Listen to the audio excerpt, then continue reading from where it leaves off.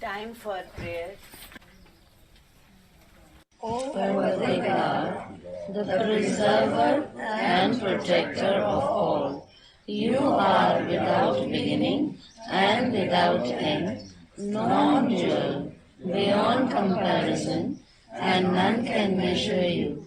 You are without color, without expression, without form, and without attributes. You are unlimited and unfathomable, beyond imagination and conception, eternal and imperishable. You are indivisible, and none can see you but with eyes divine. You always were, you always are, and you always will be. You are everywhere, you are in everything, and you are also beyond everywhere and beyond everything. You are in the firmament and in the depths. You are manifest and unmanifest, on all planes and beyond all planes. You are in the three worlds and also beyond the three worlds. You are imperceptible and independent. You are the Creator, the Lord of Lords, the knower of all minds and hearts. You are omnipotent and omnipresent. You are knowledge infinite, power infinite, and bliss infinite. You are the ocean of knowledge, all-knowing, infinitely knowing, the knower of the past, the present, and the future, and you are knowledge itself. You are all-merciful and eternally benevolent. You are the soul of souls, the one with infinite attributes. You are the Trinity of truth, knowledge, and bliss. You are the source of truth, the ocean of love. You are the Ancient One, the highest of the high. You are Prabhu and Parameshwar. You are the beyond God and the beyond God also. You are Parabrahma, Allah, Ilahi, Yastan, Ahura Mazda, and God the Beloved. You are named Isa, the only one worthy of worship.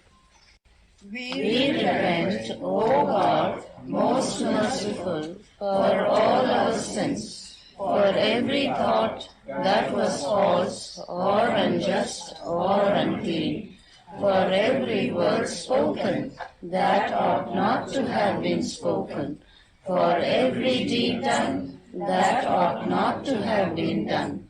We repent for every deed and word and thought inspired by selfishness, and for every deed and word and thought inspired by hatred.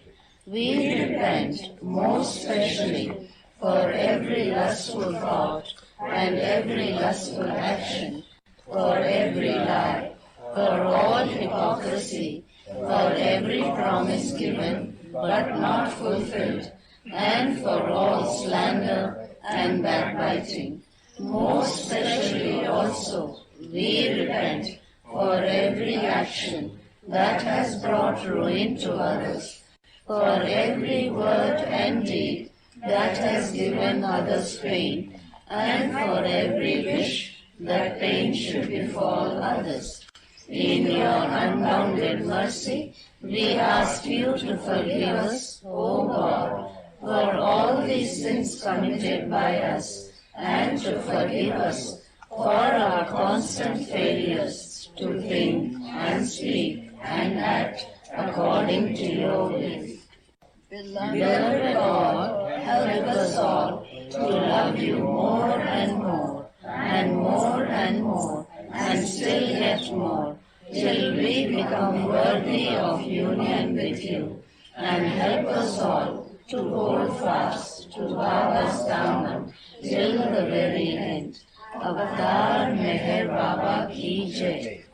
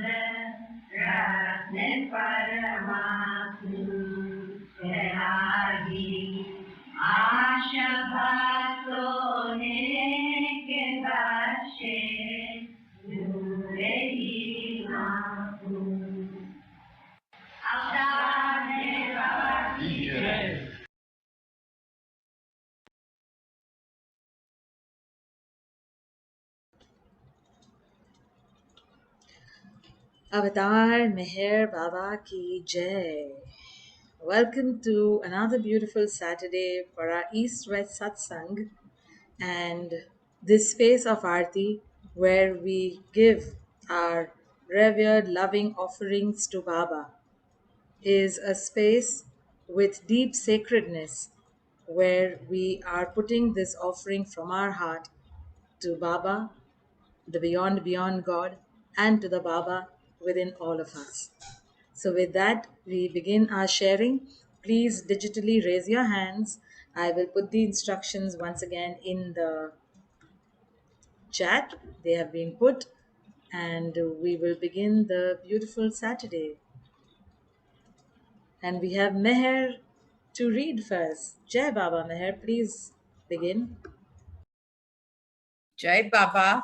This is about that card game. Baba would play card games in Guru Prasad. One day, a judge participated in the game of La Risk. For the first time, Baba explained to him, I play for three reasons. First, the burden of universal work gets lightened. Second, the minds of players are focused on me in a very natural manner. And the third, in the game of La Risk is the players are divided into two parties. At the end of each game, those who lose the game have to rub their noses uh, on the carpet before me. The highest of the high. This is a rare privilege, and thus the losers become the winners. Baba ended by quoting fine Urdu couplet. That means it is game in which winner feels ashamed and the loser rejoices. Jai Baba. Jai Baba. Jai Baba. Wonderful. Thank you, Meher. And now we have Sanobar. Jai Baba. This is a reading from one of my WhatsApp groups. So I don't know the extract or where it's from, but it really resonated because it's a kind of prayer for to be recited in the morning and in the night. Now that Meher Baba is physically among you, you feel the contact. But when I leave you, gradually this cools down. How to retain it constantly? Well, do you feel constantly hungry? When you work hard, you get hungry. When you feel hungry, you take food, and then you forget about the food. So work for me in such a way that you feel hungry for me. Sometimes think of me, sometimes work for me, sometimes talk about me, but not all the time. If you go on eating continually, you will get indigestion. Before you go to bed, say, Baba, I entrust all that I did, thought, or spoke, good and bad, to you. When you get up, say, Baba, I now begin entrusting all thoughts, words, and deeds to you. Say this just twice each day for 5 minutes, but with all your heart in it. Do that and make me responsible for all you do or think. Then you are free, but you must do it honestly. This much will be more than sufficient to maintain the contact with me. I am the ocean. I can accept both flowers, coconuts, and also filth. So throw everything in the ocean with all your heart. This is a great thing if done wholeheartedly. Otherwise, it goes into your own pool of water, which gets filthy because of your dirt. Jai Baba. Avtar Meher Baba ki Jai. Thank you for this beautiful reminder, Sanobar. How more easy can God make it for all of us? Jai Baba. And we have our lovely Angela. Jai Baba. Jay Baba, Sanabar, that's great. Really beautiful. I would love to post that. Oh, Meher Baba, my only Baba, show me how to receive your grace. Tell me how I can please you, just to see a smile upon your face. Baba, Baba, Baba, Baba, Baba, Baba, you are the sun. Baba, Baba, Baba, Baba, Baba. Oh, Meher Baba, you're the only one. Oh, Meher Baba, my only Baba. For me, your name is the word of words. It's in the song of your many lovers, and I hear it in the song of the birds. Baba, Baba, Baba, Baba, Baba, Baba, you are the sun. Baba, Baba, Baba, Baba, Baba. Oh, Meher Baba, you're the only one. Oh, Meher Baba, my only Baba. You are my Lord and you are my friend. There never was or will be another. I am truly yours until the end. Baba, Baba, Baba, Baba, Baba, Baba. You are the sun. Baba, Baba, Baba, Baba, Baba, Baba. Oh Meher Baba, you're the only one. Oh Meher Baba, my only Baba, show me how to receive your grace. Tell me how, oh, how I can please you, just to see a smile upon your face. Ba ba ba ba ba ba ba ba ba ba ba ba. You are the sun. Ba ba ba ba ba ba ba ba ba ba. Oh Meher Baba, you're the only one. Jai Baba. Jai Baba. Jai Baba. That was beautiful. Thank you, Angela. And now we have dear Jack. Jai Baba. Morning, everybody, and all around the world. This particular ghazal has a great story behind it, but it would take too long to bring it up. But one of these days I will. It speaks to Baba's use of some of us as transmitters. And I think we all realize that if there's one thing that Baba wanted to put forth, it's transparency, that we should constantly share what happens, because my ghazal writing is his. It's a gift. So this occurred in 1980, about 88, and it's a dream that occurred in an afternoon nap, where prior to that I was sitting in my chair and sort of berating myself for my ignorance. It's all me. Oh, beloved, when you sat beside me and your arm caressed my shoulders and rocked me into your embrace in that moment of dark, deepest despair, when you whispered to my ear with a wind of silent, breathless beauty, what you conveyed left my being in total restoration and repair. 'Twas this that reminded me that in each and every moment, loving you is both my obligation and my duty. And my sight went into a deeper inner seeing. For I had awakened in a dream to a commotion and a stir. You were heading down my cedar tree lane, Western gopis in full surround. Your stride was so lovely, your feet a mesmerizing blur. Your hair was so flowing, your being so unbound. Time stopped for a moment. Overwhelming emotions ensued, for I felt so undeserving and so replete with blame. Oh, beloved, I just could not face you.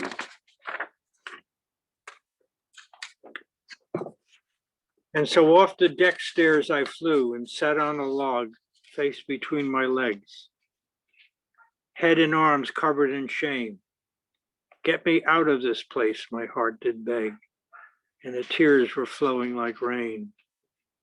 But a feeling, a probing, your gentle arm enfolding, shook loose self-pity and utter despair, and wiped away loneliness and impressions holding, and restored my soul with your grace of loving care. What was it then, this energy that did all this? What was it then that caused a brief glimpse of your bliss? So set my soul soaring, feeling boundlessly free. It was when you leaned in and whispered, it's all me, it's all me. It's impossible to recapture that momentous feeling, the one that recedes as if into thin air. For back in this earthbound dream, with its heavyweight impressions, all I can do is shout to the sun, it's not fair, it's not fair. Then get on with my love, my duty, my life, and shake off these deep-rooted impressions. O Ambrose, of me dreams and glimpses I may grant, whether on wish or whim, so as to remind you that of me nothing can ever supplant. But to keep loving me, remembering me, and I'll fill your cup to the brim. And your dream is really my dream, the real movie film. All right. Back.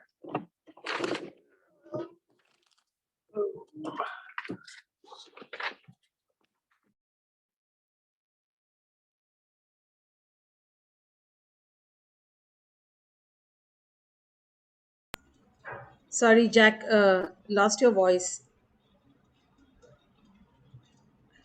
Alright. I guess it's done. Yeah. Or you go on. Yeah, he finished. Okay, all right. Jai Baba. And we now have dear Rati. Jai Baba. Jai Baba.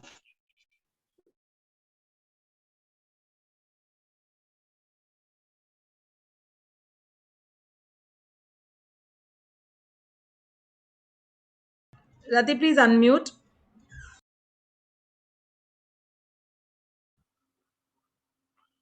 जय बाबा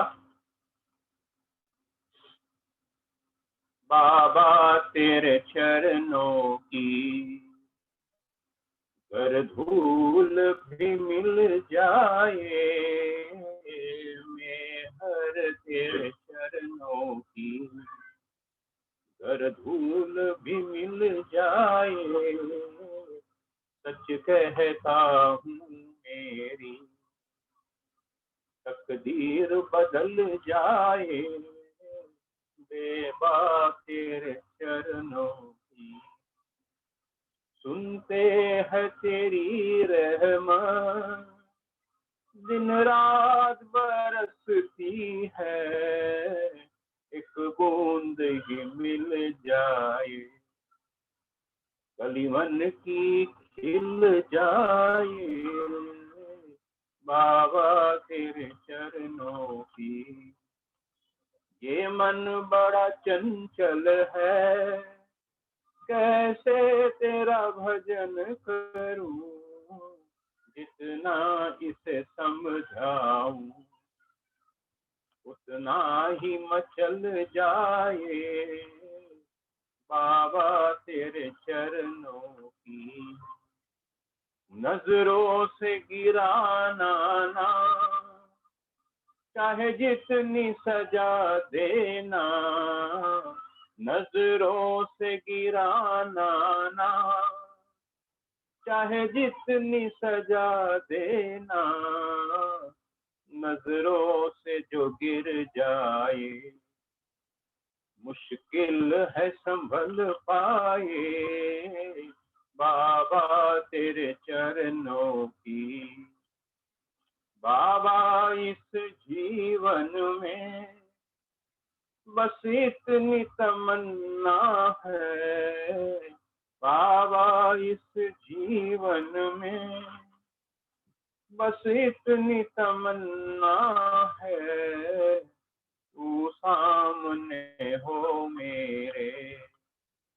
मेरा दम ही निकल जाए बाबा तेरे चरणों की कर धूल भी मिल जाए सच कहता हूँ मेरी तकदीर बदल जाए बाबा तेरे चरणों की मेहर तेरे चरणों की अवतार मेहर बाबा की जय Lovely, Bhikkhu. Thank you so much. And now we have Michelle. I'll take my turn later.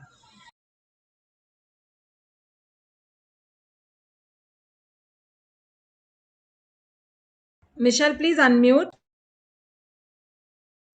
Oh, it said it wasn't allowing me, and then and I wrote okay. Sorry. Because some get unmuted in between, so that is why. I gotta have the control. Last night I found out that a dear, dear, sweet sparrow, songbird, in a different circle of mine, who was only 30, took her life March 1st. And yeah, it's just so shocking. So please pray for Ali Aird's soul.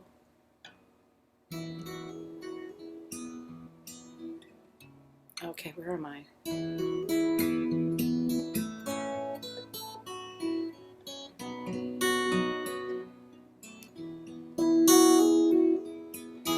On my way back to you, I hope that's where I'm going. On my way back to you,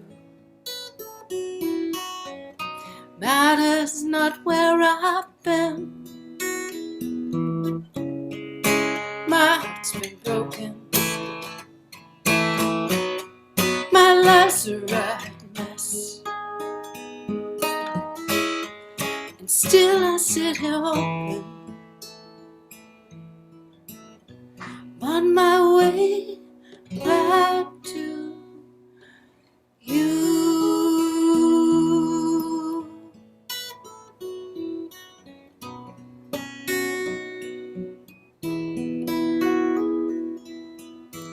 On my way back to you.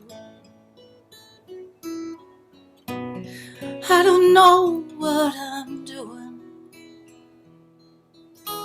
On my way back to you. The right turn somehow I'll make. If I could hold on to the hand of truth, surely I've been knowing. On my way back to you.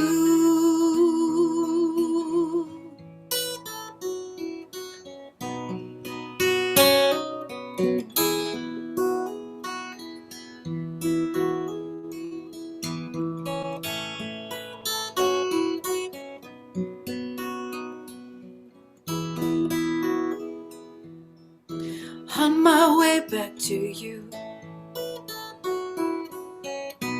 I can feel the path, see the path clear now. On my way back to you. Your love leads me there. If I could hold on to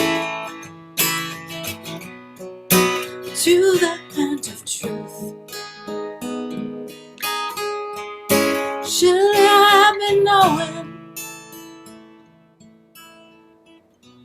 On my way back to you.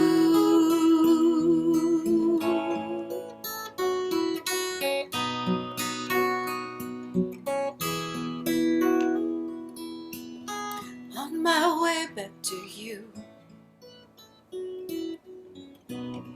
I know that's where I'm going. On my way back to you. Your love leads me there.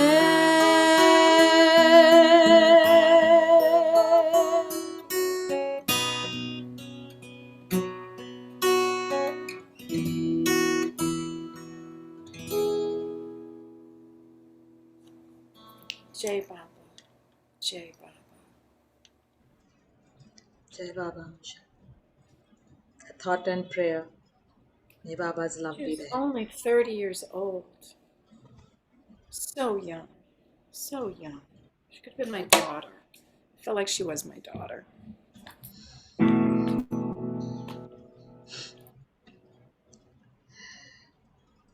We have dear Gail now, Jai Baba. Yes, please unmute Gail. Good morning, good afternoon, good evening. It seems like a really good time to hear Baba's words. So this morning I'm going to share How to Love God, message given by Meher Baba on 12th September 1954.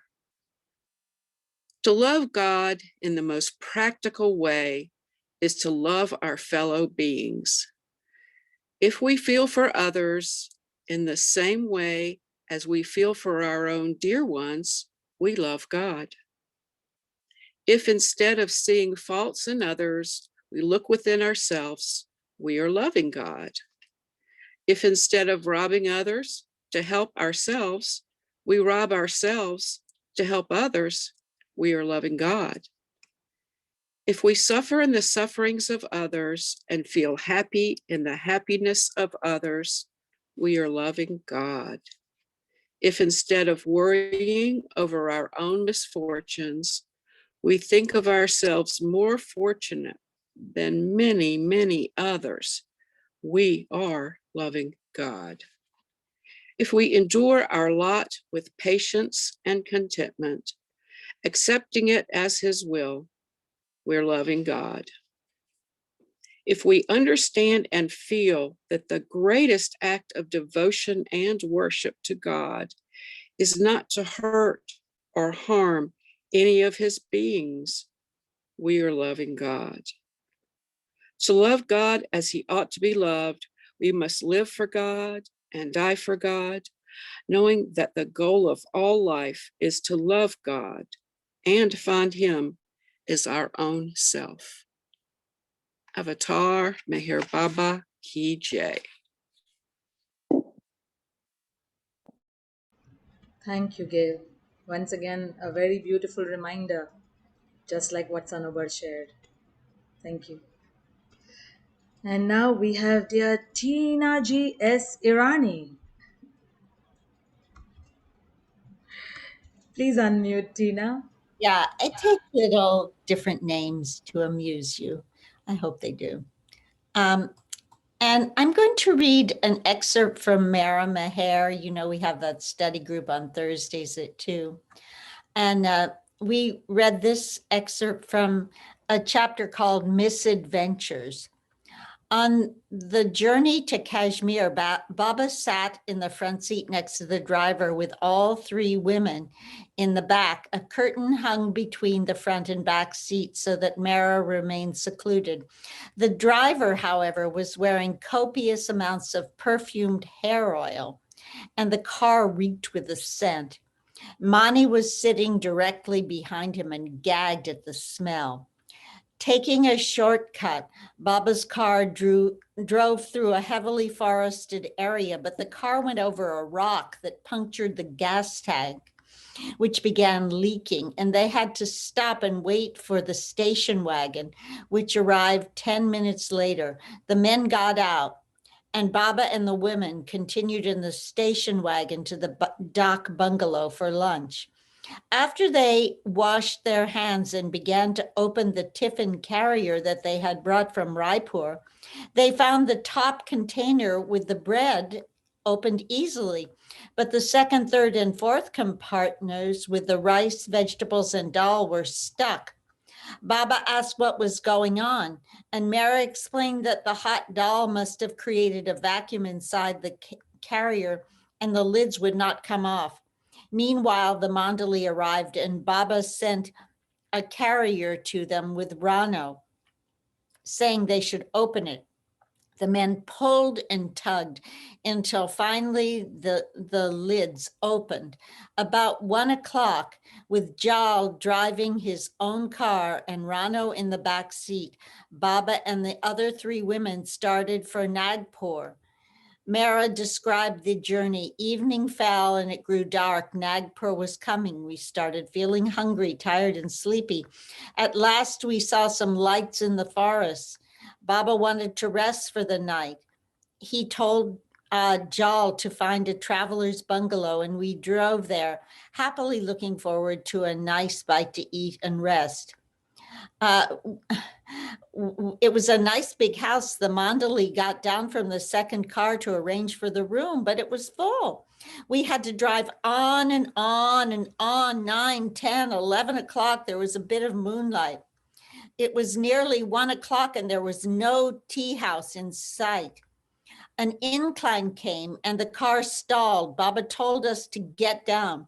Finally, the car did start, but it wouldn't go forward, and Jal told us to give it a push. We were so tired and hungry, and now we had to push the car. Baba himself was pushing, and Meru and Mani were helping. Well, I'll stop there. But you could see that had a lot of misadventures on their travels. Jai Baba. Thank you so much, Tina. And now we have Alan Ray. Jai Baba.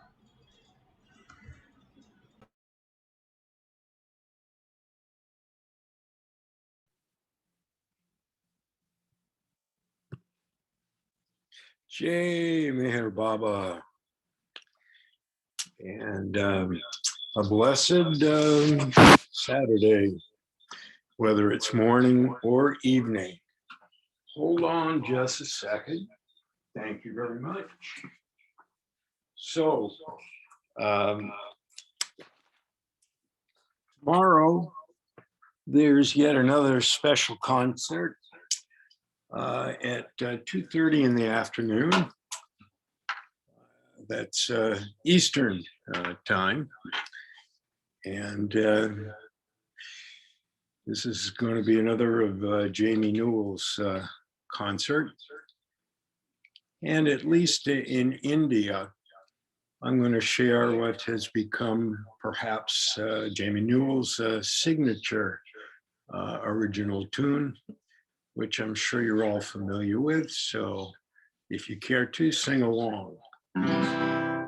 Usta Daniwa, Usta Daniwa, Usta Daniwa, Usta Daniwa, Usta Daniwa, Usta Daniwa, Usta Daniwa, Usta Daniwa.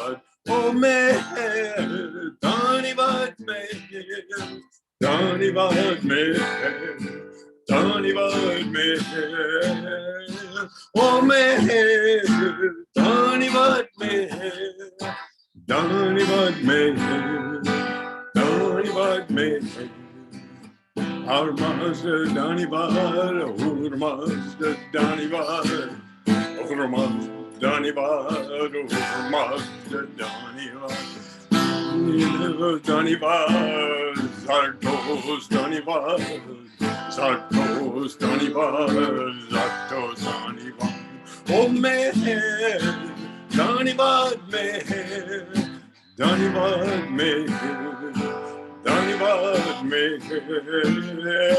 Oh Meher, Dhunibad Meher, Dhunibad Meher, Dhunibad Meher. Rama Dhunibad, Rama Dhunibad, Rama Dhunibad, Rama Dhunibad. Krishna Dhunibad, Krishna Dhunibad, Krishna Dhunibad, Krishna Dhunibad. Oh Meher, Dhunibad Meher, Dhunibad Meher, Dhunibad Meher. Oh Meher, Dhunibad Meher, Dhunibad Meher, Dhunibad Meher. Buddha Dhunibad, Buddha Dhunibad, Buddha Dhunibad, Buddha Dhunibad. Jesus Dhunibad, Jesus Dhunibad, Jesus Dhunibad, Jesus Dhunibad. Oh Meher, Dhunibad Meher, Dhunibad Meher, Dhunibad Meher. Oh Meher, Dhunibad Meher, Dhunibad Meher, Dhunibad Meher. Mama Duniva, Mama Duniva, Mama Duniva, Mama Duniva. Meher Duniva, Meher Duniva, Meher Duniva, Meher Duniva. Oh Meher Duniva, Meher Duniva, Meher. Dunivad Meher, oh Meher, Dunivad Meher, Dunivad Meher, Dunivad Meher, Baba Dunivad, Baba Dunivad, Baba Dunivad, Baba Dunivad.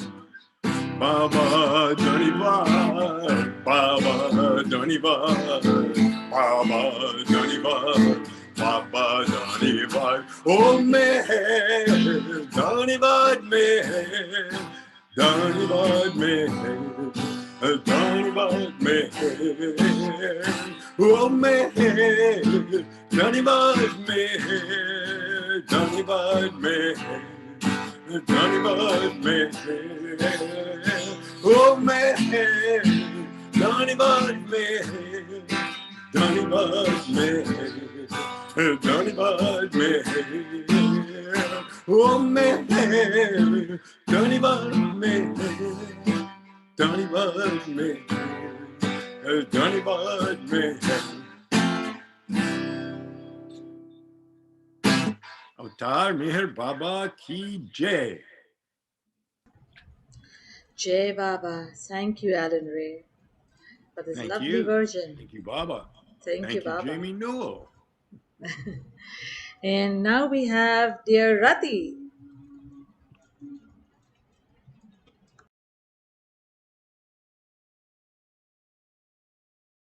Rati, please unmute.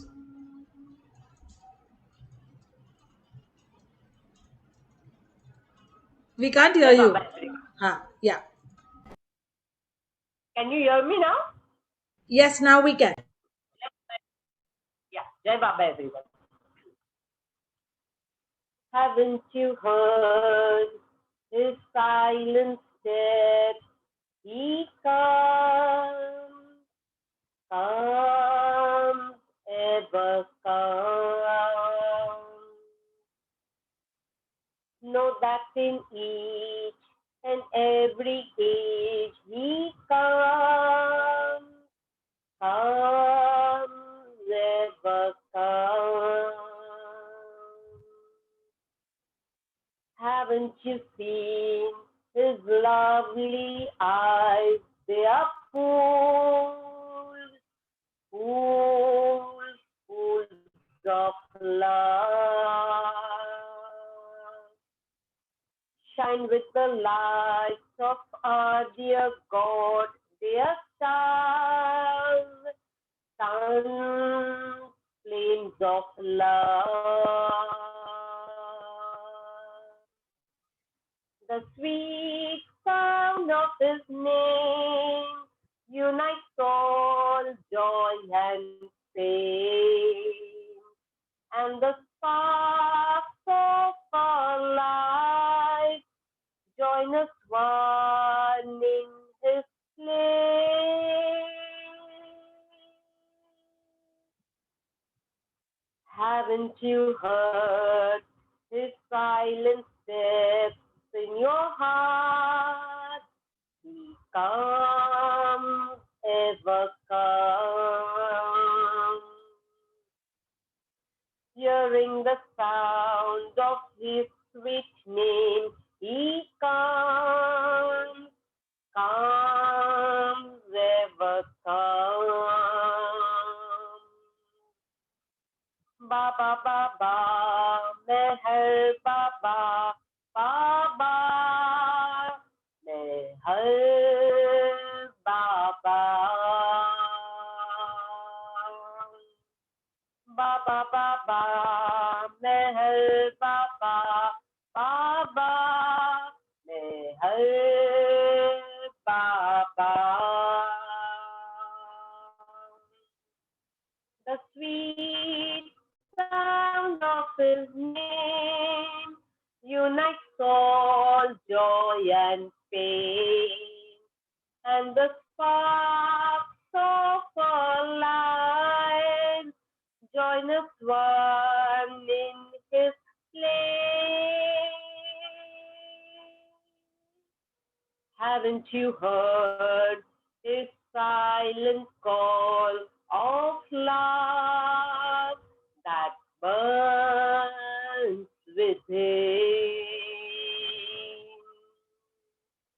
releasing the fragrance our lives contain? His love, His light, come again. Baba, Baba, Meher Baba, Baba, Meher Baba. Baba, Baba, Meher Baba, Baba, Meher Baba. Meher Baba, with joy we sing your name, radiant living word, forever the same. Haven't you heard His silent step in your heart? He comes, ever comes. Hearing the sound of His sweet name, He comes, comes, ever comes. Baba, Baba, Meher Baba, Baba, Meher Baba.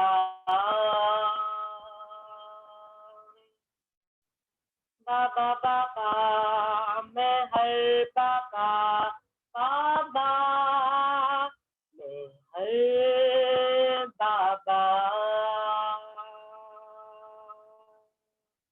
Baba, Baba, Meher Baba, Baba, Meher Baba. अवतार मेहर बाबा की जय. How beautiful was that? Thank you, Rati. Jai Meher Baba. Now I shall read. This is an excerpt from Gift of God by Arnavas Dada Chanji. Worry is the master of all. Throughout this holiday, Baba was in a fine mood. We enjoyed going for walks with him in the bracing mountain air and had great fun playing games with him. In one game, Baba would show us his alphabet board and ask us to guess a number. He would then take something off the dining table, like a sugar ball, and give it as a prize to the person who had guessed correctly. Dr. Alu had bought a new tea set for Baba, and when we played this game on the last day of our stay, it was these items that Baba gave us as prizes. I received a lovely blue nut ball and a white butter pot, each piece precious because Baba had given it with his own hands. These days were certainly a treat, but there was also a time for serious training. Baba often quoted from the perfect masters Kabir and Tukaram. I particularly remember that Kabir said, "Worry eats everyone. Worry is the master of all. But those who swallow worry, they are the ones who become fakirs." He also said, "When the master gives on his own, it is like his giving milk. When you ask the master to give, it is like his giving water. But when you force the master to give, it is like extracting blood from him."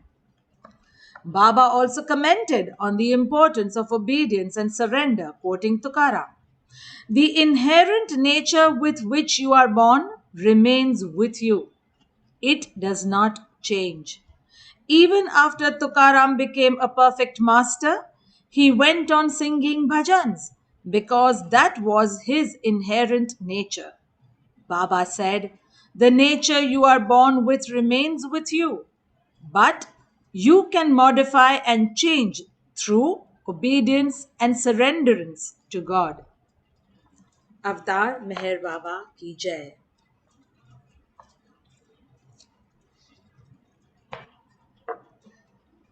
And next we have dear Al Jai Baba.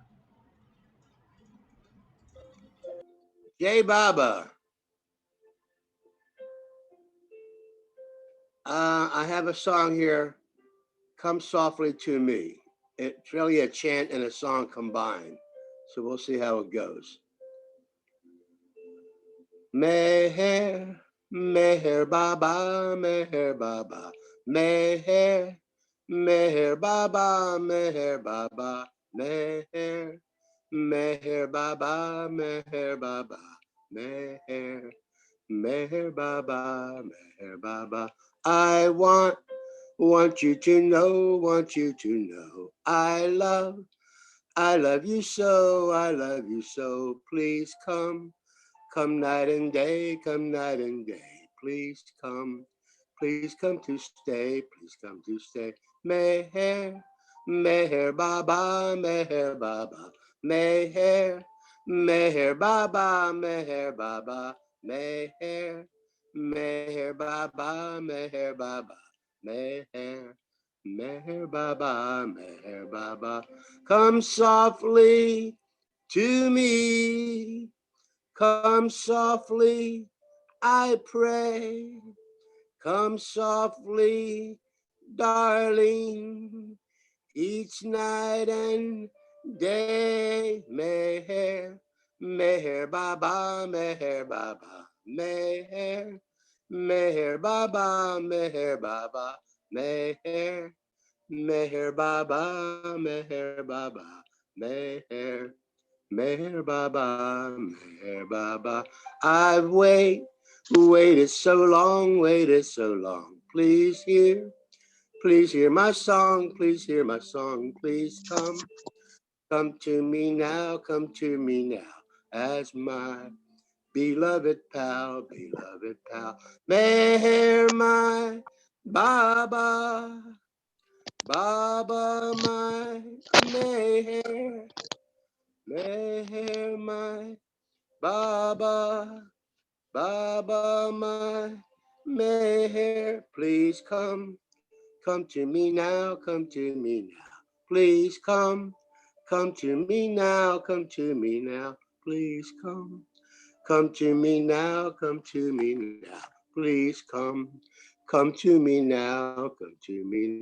Meher, Meher Baba, Meher Baba, Meher, Meher Baba, Meher Baba, Meher, Meher Baba, Meher Baba, Meher, Meher Baba, Meher Baba. Jai Baba, and thank you all for listening. Thank you, Al. Always such joyous shares from everyone. What a beautiful evening, morning. The song is Come Softly to Me, but I wouldn't mind if he came with the thunder and lightning, just so he comes. Anyway he wants to come, just come. Jai Baba. And now we have dear Rosalie.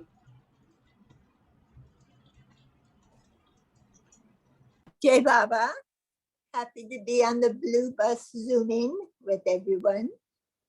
Your little pictures, I really know you're bigger than that. This is a sharing from Norina's flip. Baba said this Advent, he's taking us from intellectual knowledge to intuitive. So here we go. Ye doctrinaires and philosophers of the world, do not stifle your hearts with dry and high-sounding theories. Your loftiest theories are not worth one moment of divine love. Leave your hair-splitting theories to take care of themselves. Free yourself from the unending disputes about trifles. All things appear in the right perspective, in the final understanding of realization. When reflected in the intellect, the indivisible wholeness of truth gets broken into many aspects or facets.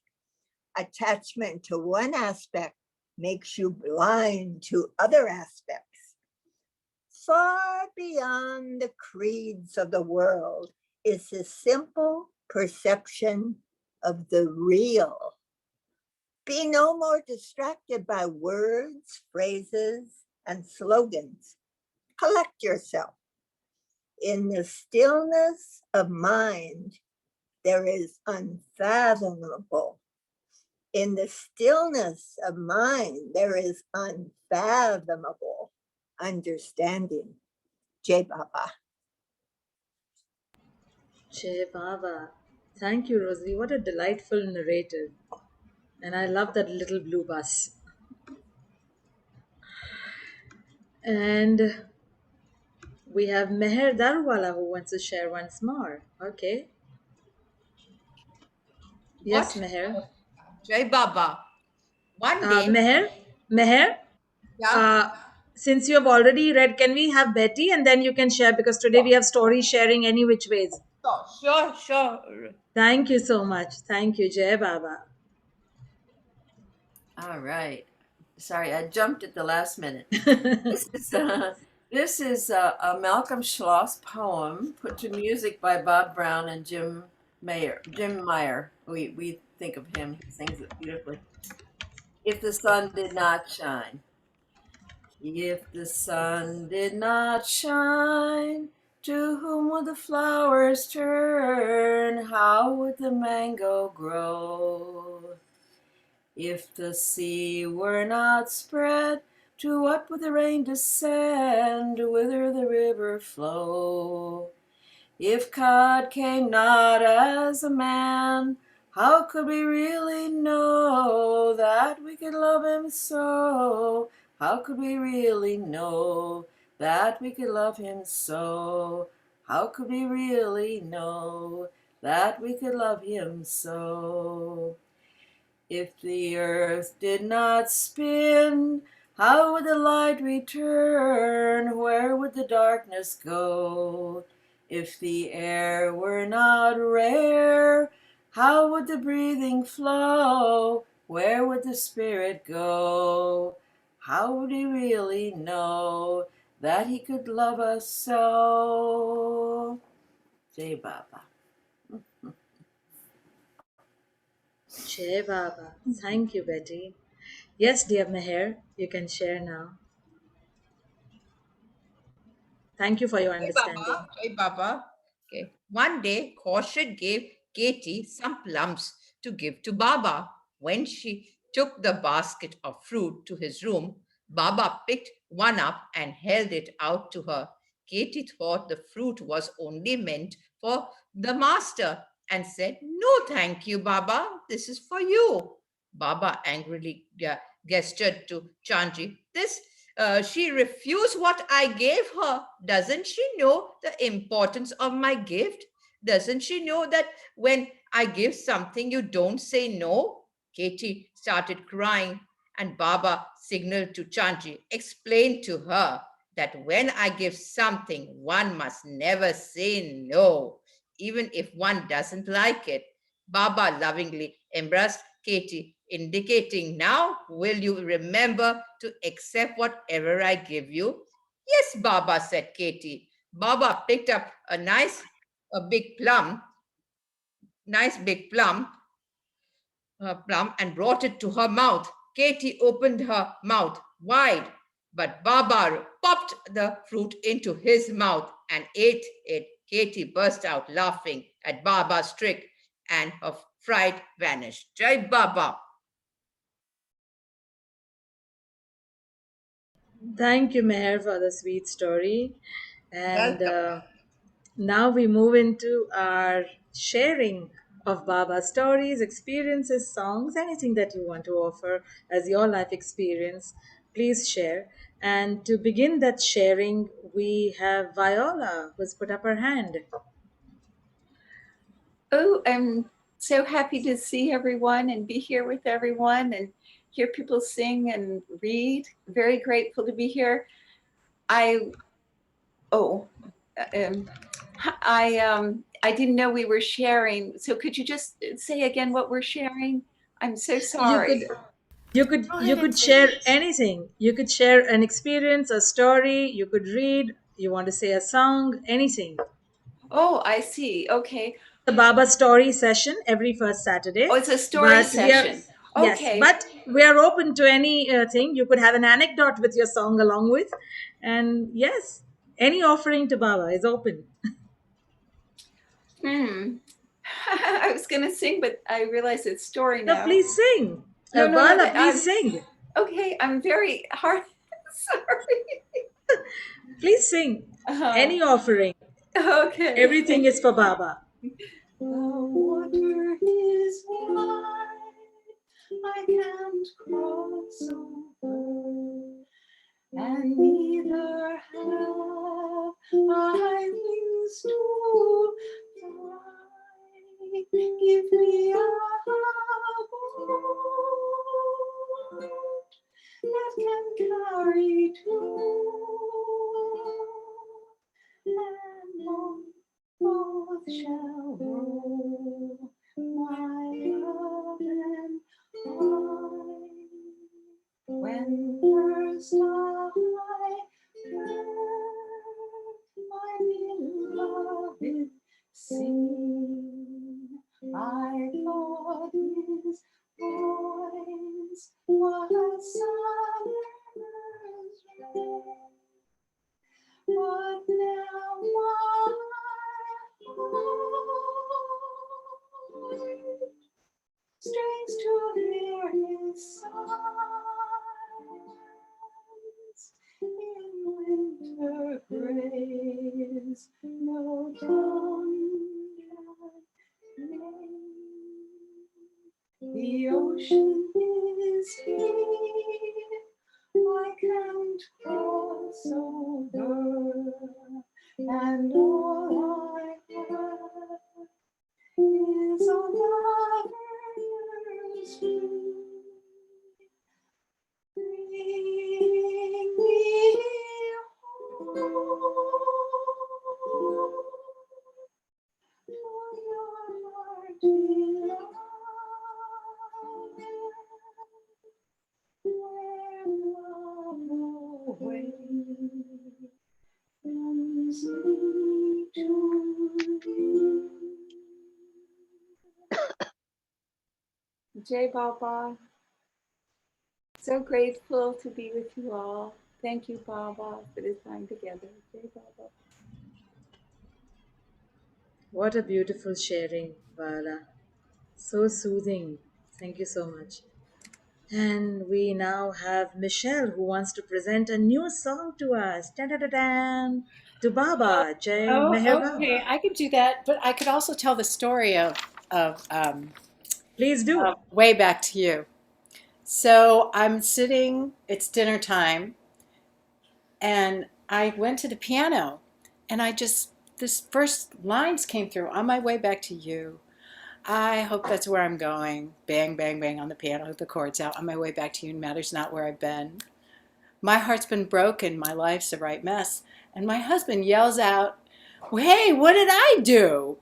I'm like, I don't know. And so then dinner was ready, and I had to go and do things. And then, so Aaron was little.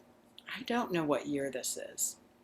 But whatever year Don Stevens passed, now here we go. That's the thing. So I go back to the piano after all the bath and all the things with the boy, because he was little at the time, like maybe 6 or 7. And I go back to the piano, and I'm taken over. And this song just pours through me and finishes. So I write, on my way back to you, I don't know what I'm doing. And then the next line comes, and then there's this energy in the room that was palpable for me. It was like confusion, and I don't know what's happening, and I really was taken over. And then the lyric, if I could hang on to the hand of truth, surely I'll be knowing on my way back to you. And the energy shifted. And then the last thing came, on my way back to you, I can see the path clear now. And then it's finished, the song, exactly at 10 o'clock at night.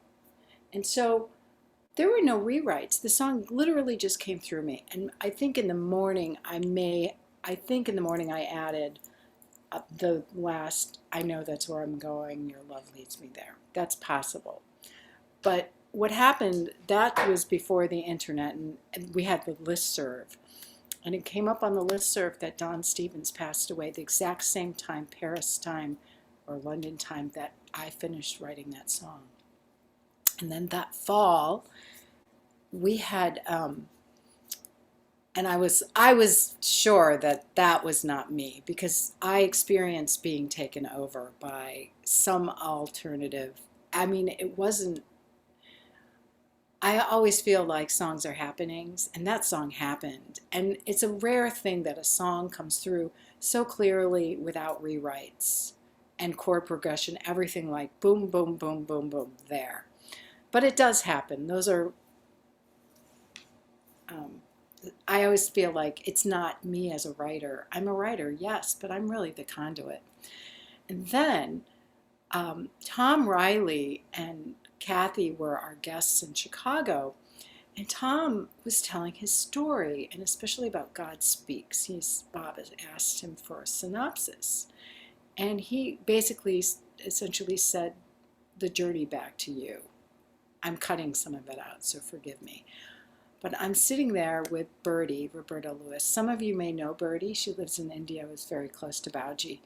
And I'm sitting there going, oh my God, the journey back to you, on the way back to you, that song, Don Stevens. It was just another clue or whatever, that it was such a gift from Baba. That song is so special. But that's my story about that song, Jai Baba. So that's the story. If you want me to sing this other song, I can do it, but Please go ahead. Oh, okay. So this is still in. This happened this week.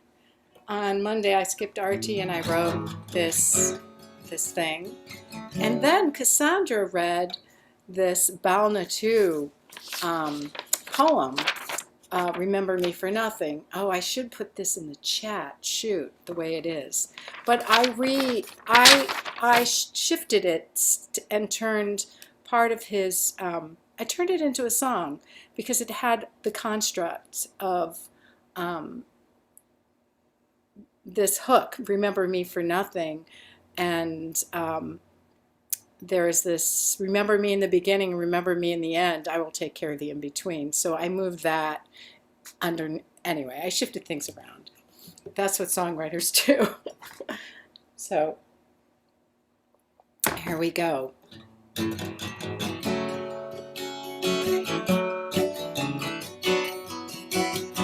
Ba, ba, ba. Ba, ba, ba. The moment you get up, remember me for nothing. When you go to bed, remember me just for nothing. When you leave your house for a moment, remember me for nothing. Remembering me for nothing will relieve your stress and tension. Remember me for nothing, renew your heart with courage and cheer. Remember me in the beginning, remember me in the end, and I'll take care of the in-between.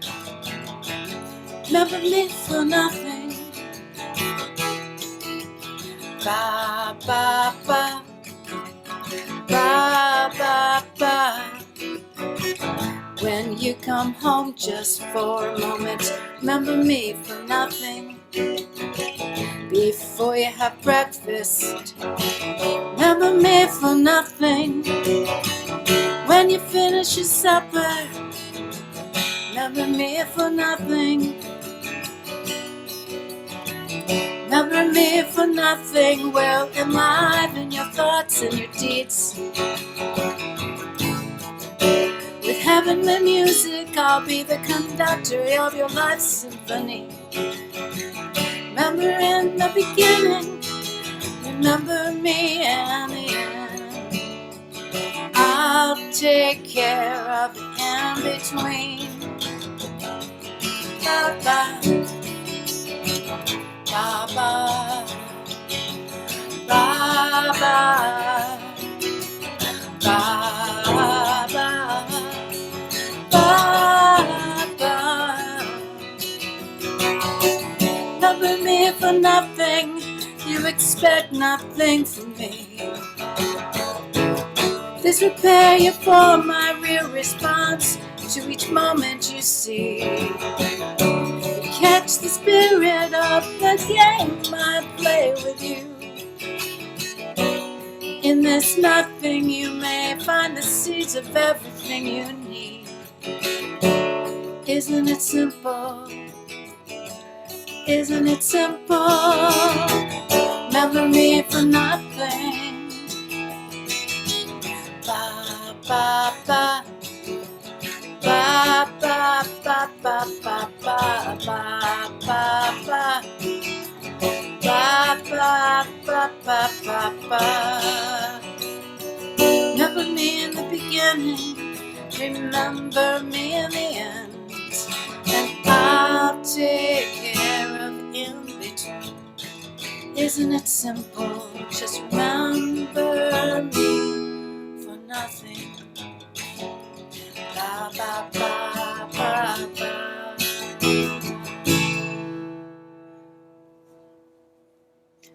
So maybe it's still rough on the edges a little, but there you go. Balnatu says, remember him for nothing, just for love. Beautiful. For love. Thank you so much, Michelle. Thank you. Jai Baba.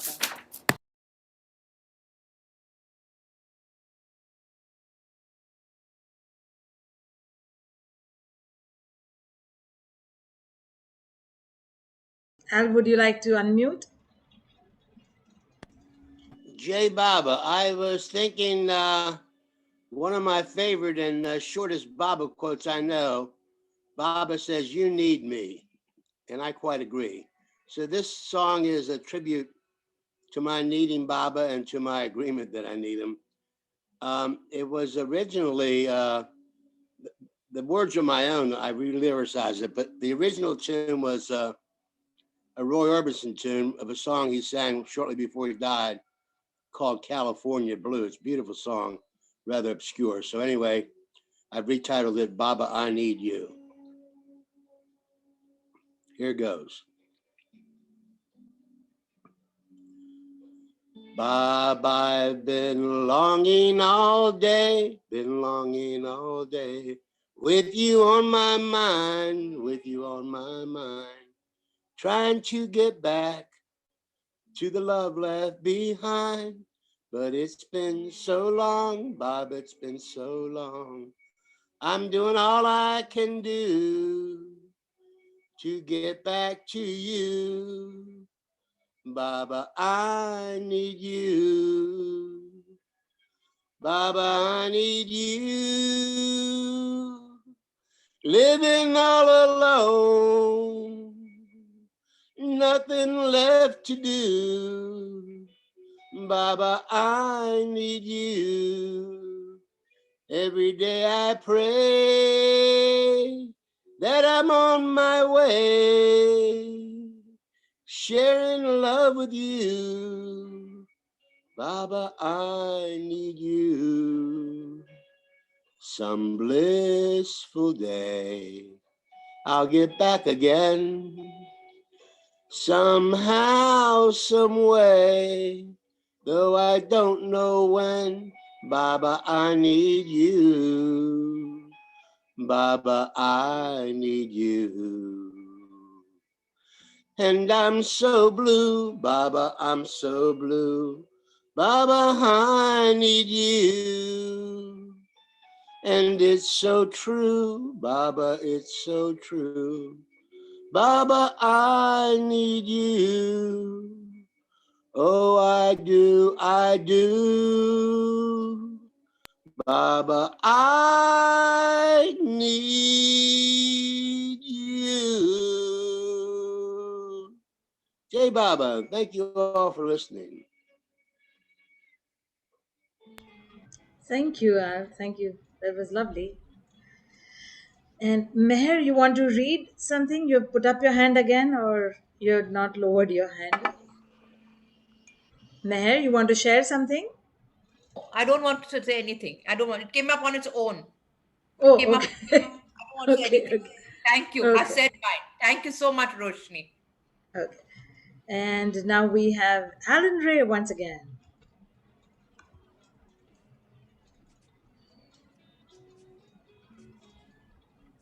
Can you hear me okay?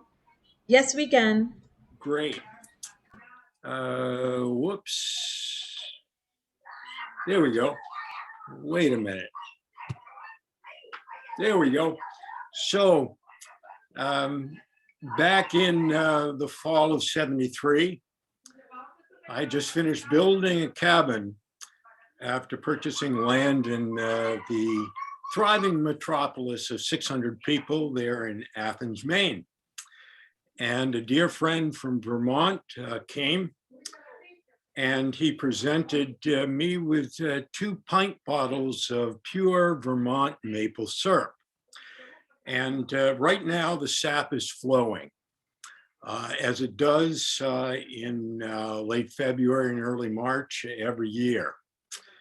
And it takes 40 gallons of maple sap to make 1 gallon of maple syrup. So I was presented with these 2 pints of maple syrup and invited to take them with me to India, my first trip to India, to Meher, and to give these pint bottles of pure Vermont maple syrup to 2 holy ones in India. And after Amartithi, I had the blessed fortune of accompanying Pukar back to Hamirpur. And one day he dropped me off at Keshav Nigam's home. And Keshav Nigam was one of Baba's close ones from Hamirpur. He gave us Meher Chalisa, which he recited in Baba's presence on numerous occasions at either Guru Prasad or Meherazad over the years. And I gave Keshav a pint bottle of maple syrup. Upon my return to Meher, there was a period of a week, 10 days before Baba's birthday. And it seems as if every day a new song was kicking in. And one of them, Ode to Maple Syrup. I had the good fortune, the blessed, very blessed fortune of sharing this song with Meher at Meherazad. And I was sitting near her. She was, of course, on her porch. And I gave her the second pint of pure maple syrup. So, Ode to Maple, that's the backstory. And here we go, Ode to Maple Syrup.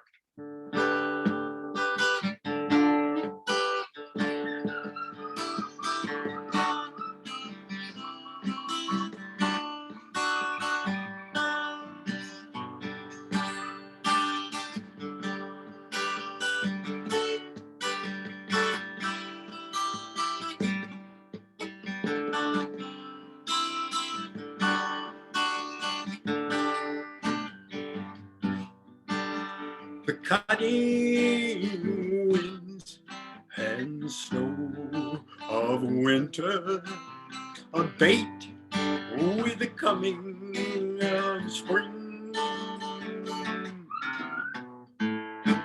As all the cold nations in my heart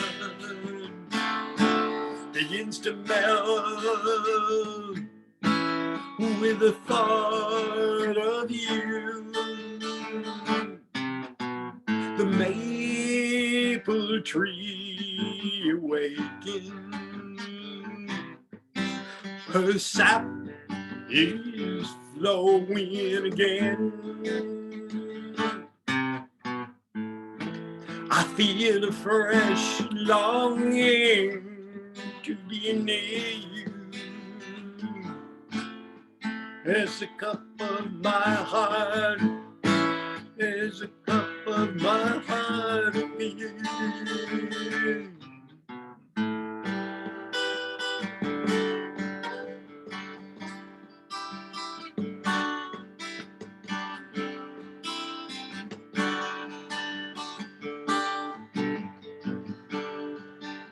The maple tree awakens, her sap is flowing again. I feel a fresh longing to be near you, as the cup of my heart, the cup of my heart fills. Sap becomes syrup, light and clear, with one taste the highest in quality appears. Thoughts turn to vision, surely you are before me, with one glance from you, all virtue unfolds.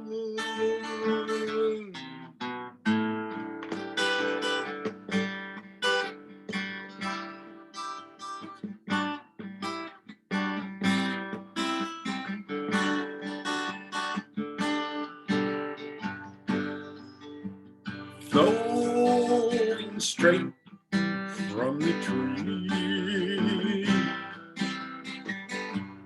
maple syrup with matchless purity is the sweetest of all, is the sweetest of all, is the sweetest of all. Such sweetness pervades from you, my dear, that all the angels are aware. Your love is divine, your love is divine, your love is divine.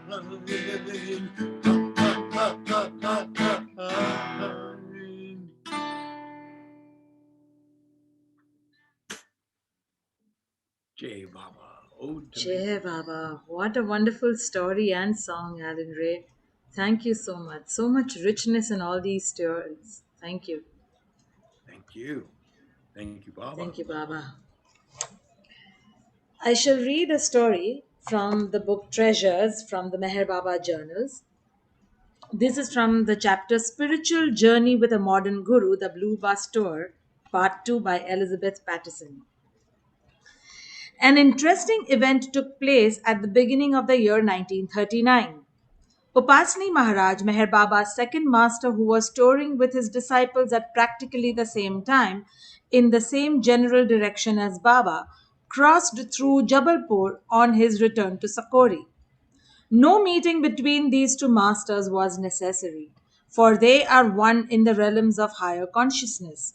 But Maharaj sent one of his disciples to Baba's disciples with the message: "Tell Merwan that this day I passed through his house.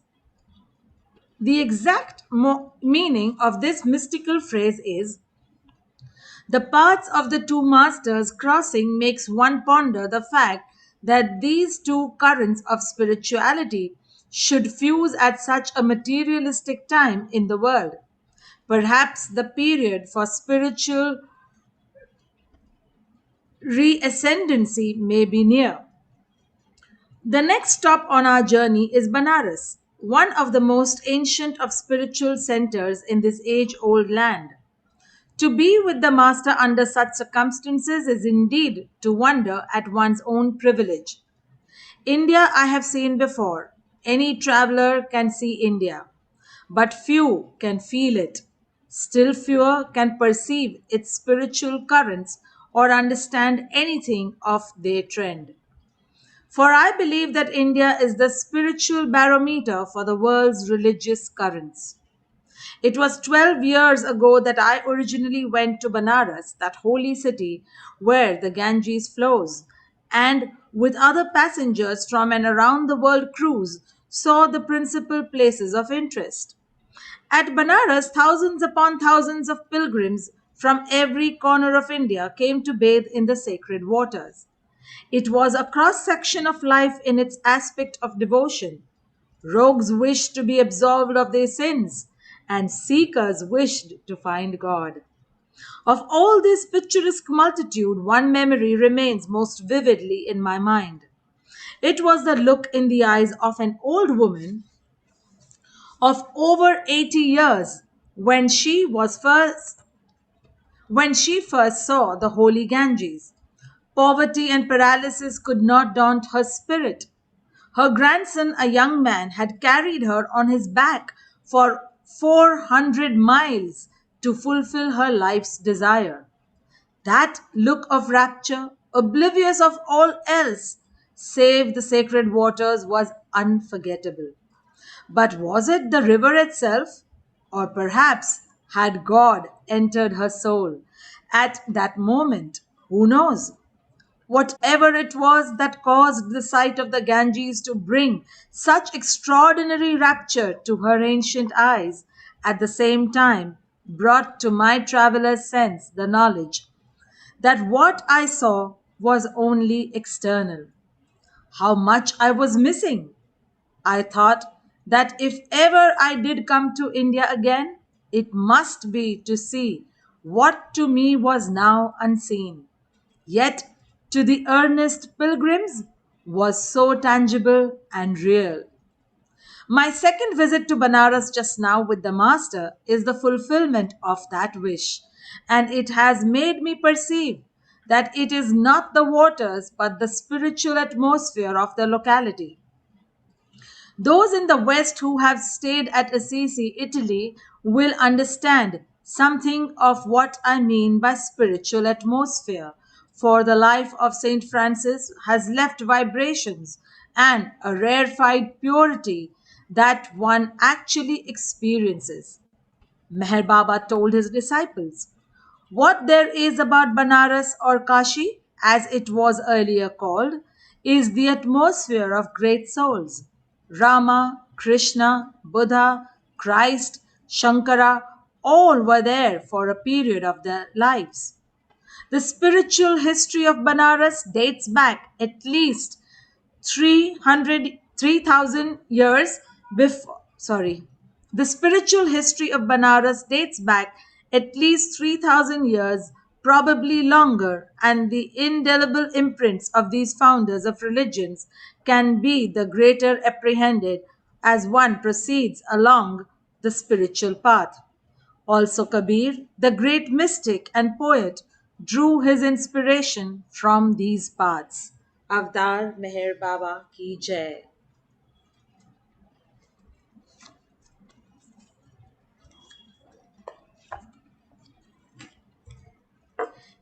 So, would Dinesh, Rekha, Sita, I saw as well.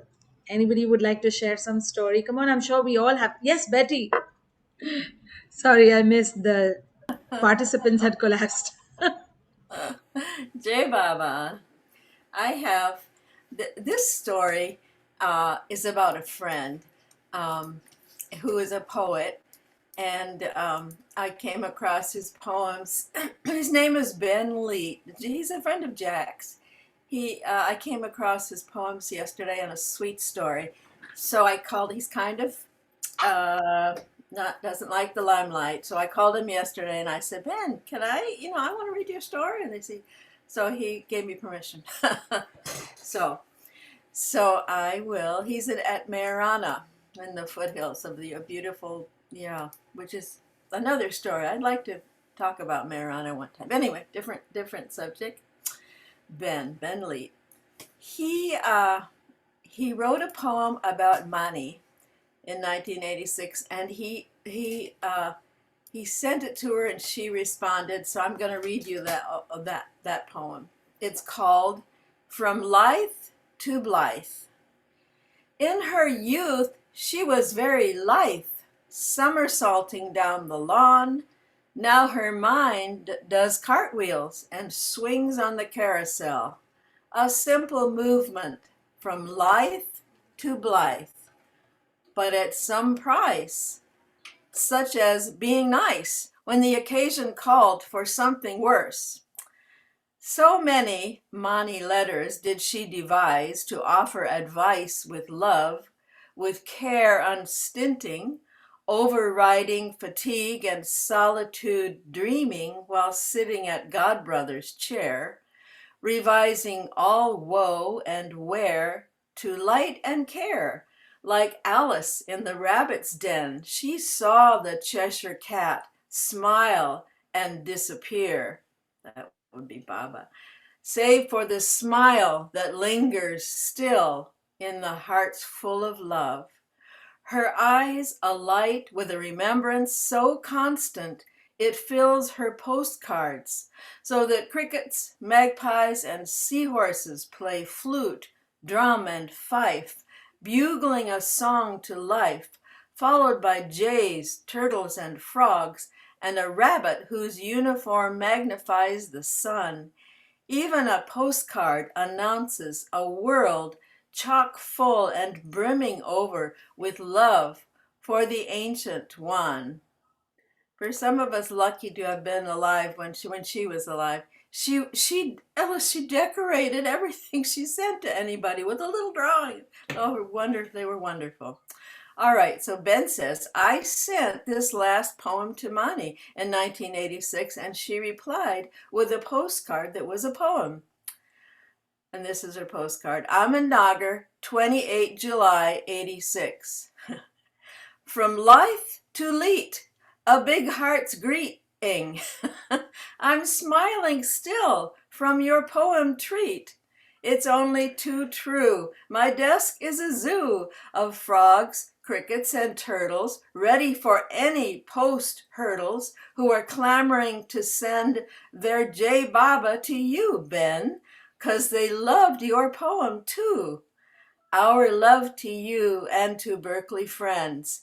Your new place to gather is in his hands, and I'm sure he'll give it soon, in his time, which always rhymes. Avatar Meher Baba Ki Jai. Signed Mani, with a small drawing of a stick figure with hands and arms raised high. Now get this. The strangest part of the exchange, this is Ben now, is that it almost did not happen. I had second thoughts about sending the first poem. I wrote my poem in 1986, finished typing it, put it into an envelope, and walked to the mail drop box at the bottom of the hill at the intersection of Park Boulevard in Oakland. Then I decided not to mail it. Mani is too busy to be bothered, I concluded. So I walked farther to the local convenience store and bought something like a pack of gum and returned on my way to my apartment. I arrived back at the stoplight where the mail drop was and waited for the light to change. Up the hill, a car swung down and stopped right before me. The man, a mailman, rolled down his window, stuck his hand toward me and said, "Give me the letter." I did. He drove off. That's how Mani got the poem. I took it as an example of Meher Baba's rare sense of humor. So there we have it. That's Ben's story, and I'm so glad this is recorded. I'm gonna give him the link. I want him to come on here too. He's a great poet. That was so sweet and wonderful. And would love and encourage everyone else. Let's hear some stories of how you came to Baba, and we could have some sharing. All the quiet, shy ones, please come on, share with us. Let's see some raised hands. Give some offering of a Baba story from your end for Baba and all of us. You can unmute. So, who would like to share? Don't be shy. I think I've Yes, told Al. you. Yes, Al. Oh, Al is leaving. I thought he was putting his hand up. I think he was saying goodbye. I've told my story. I could tell it again. Beautiful. Yeah. You want Please share it again. Till then, we will ask the shy ones to come up with theirs. Yes, Betty, please continue. In 1968, I was newly divorced. I had a young son, 4-year-old, and I I answered a job, an ad for a job in a publishing company. I lived in Palo Alto, California. I answered an ad for a publishing company called Sullivan's near Stanford University, and they wanted an artist. I was not an artist. But I submitted anyway, and she wanted me to draw some things, and I did. And submitted them. She said, the boss said, well, how about being we called it paste up back then. It was pasting what we called galleys, actual pasting text onto pages. This was before computers. And I could handle that. I was certainly not an artist, but there was something kind of charming about this company. And so, yeah, I got that job. Went to work at Sullivan's and doing pasting, and cutting, pasting, and putting together educational books. And at this company, this is, mind you, this was 68. There was a woman named Kathy Wiederholt who was charming and funny, and we all loved Kathy. And she's kind of I don't know, one of those people that tells great stories. So, and Kathy, we were really all a bunch of hippies. Kathy had found out about Baba. She had a Sufi friend, and so we because we loved her so much, we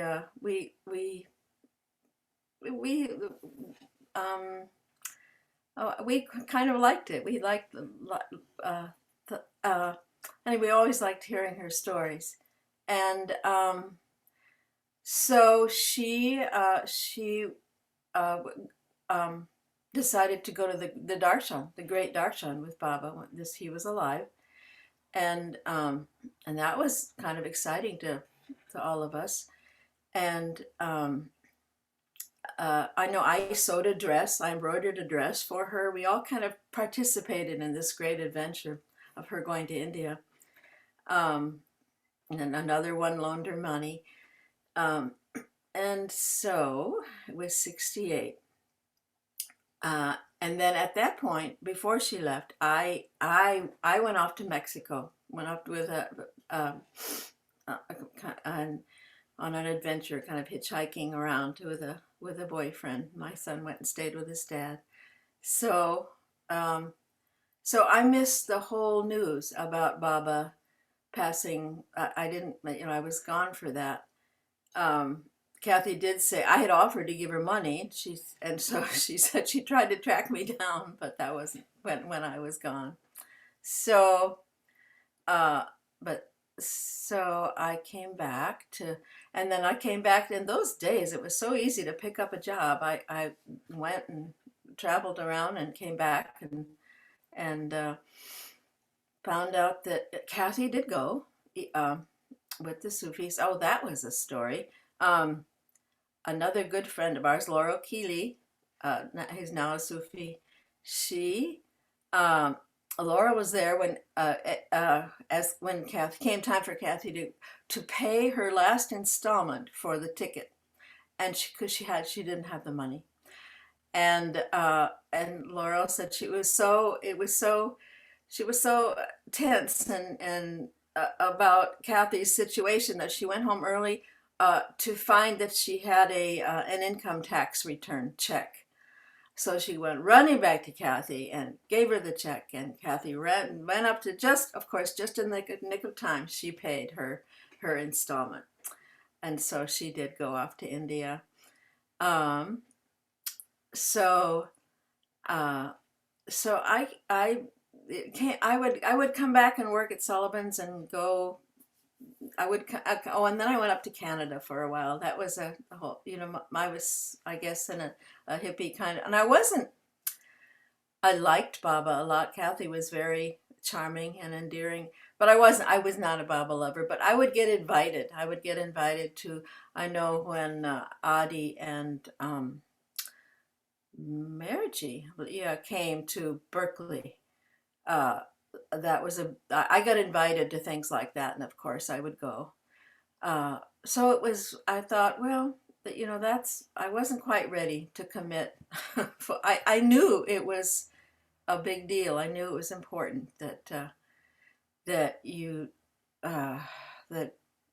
not to take Baba lightly, and I didn't feel like I could commit to his instructions of living a fairly pure life, and so. But I certainly, respected him. Then later, I did go up to Canada, lived in a commune, had a gay old time, wonderful friends, but there was definitely dope around, and sex was taken kind of lightly. I mean, it was and I got to a point where it all began to sour. I felt like I really needed to straighten up my life for the sake of my son, if nothing else. I needed to be a better person, and so it was then in '72 that I began to take, well, maybe '71, but God much more seriously, and I would meditate, pray every day. Show me the way, please. Please show me what do I do, and it didn't come like a flash of light. I did hear my name spoken, but it was kind of a matter-of-fact decision. I looked around at the groups that I knew about, and I felt that the Baba lovers, and at that time it was mostly Sufis that I knew, they were the people with integrity and also a lot of fun. Their lives appealed to me. So I just decided that must be the way to go, and went back to California, lived with my parents for 4 years, which was a wonderful healing time because they had sort of given up on me, being a respectable young lady. So I went back. I went back to Sullivan's and worked, and that was how I came to Baba. Started going to the Baba groups at Stanford University. Oh, at Sullivan's, that place, there were many Baba lovers working it was a little hub of Baba people. Heather was associated for a while, so Renee Busanich back east, because of a lot of them were Stanford people, smart young people who, and so that was a place to find, to connect with Baba. So, and the rest, life with Baba, the story goes on. So, Jai Baba. Jai Baba. Thank you for sharing. Thank you, Betty. Thank you so much. So, does anyone else have some nice story out of their life with Baba?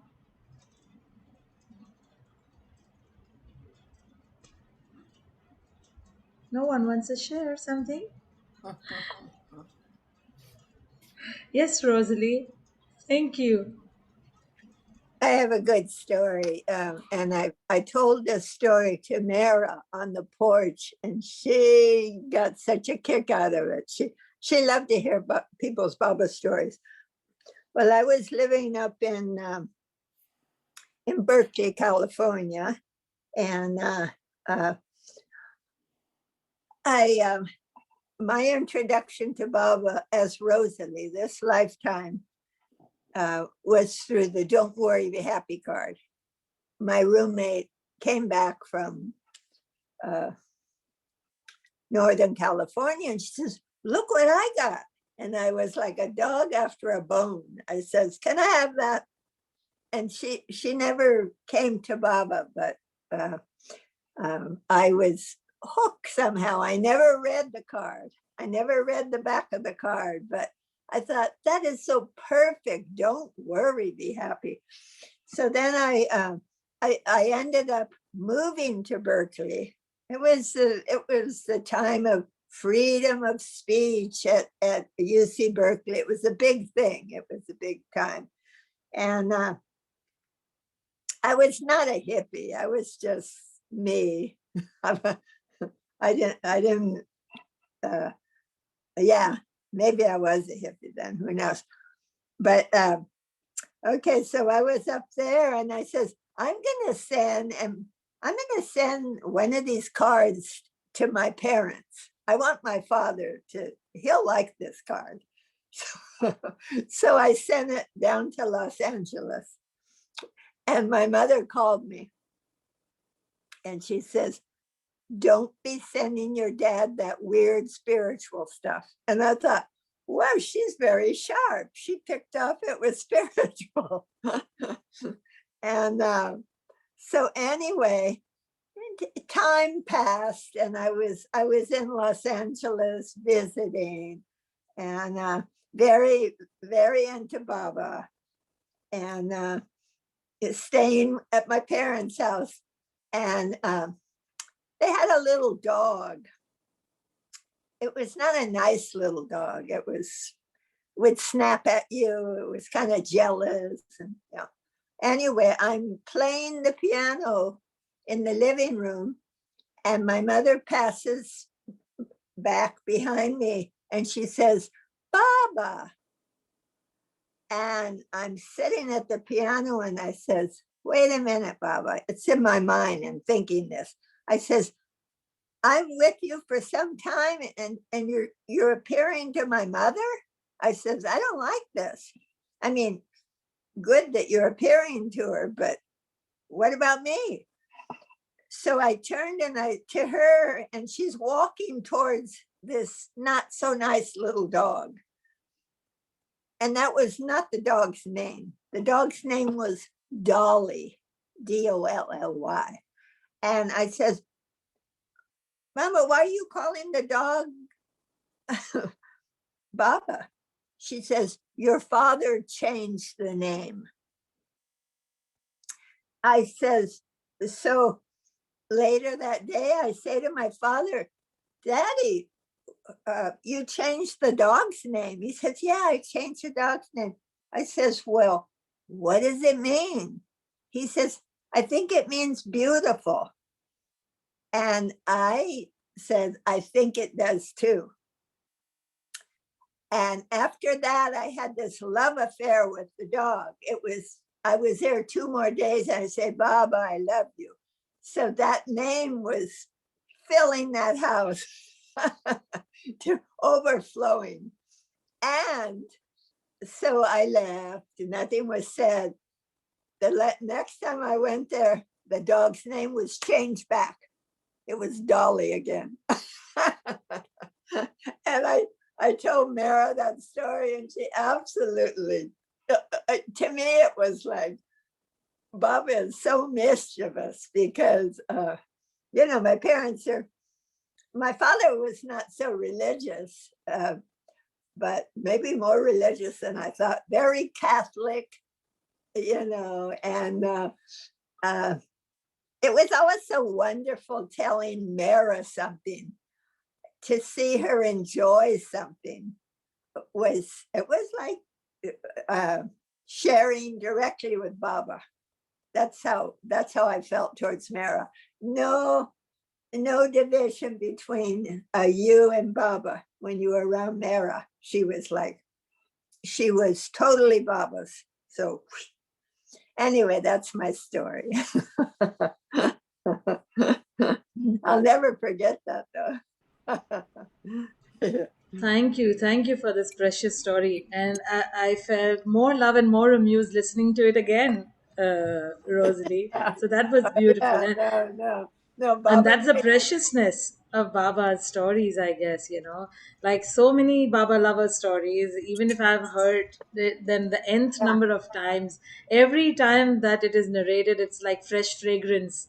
And there's so much of his love filled in that overflows more and more. And yes, Baba's humor.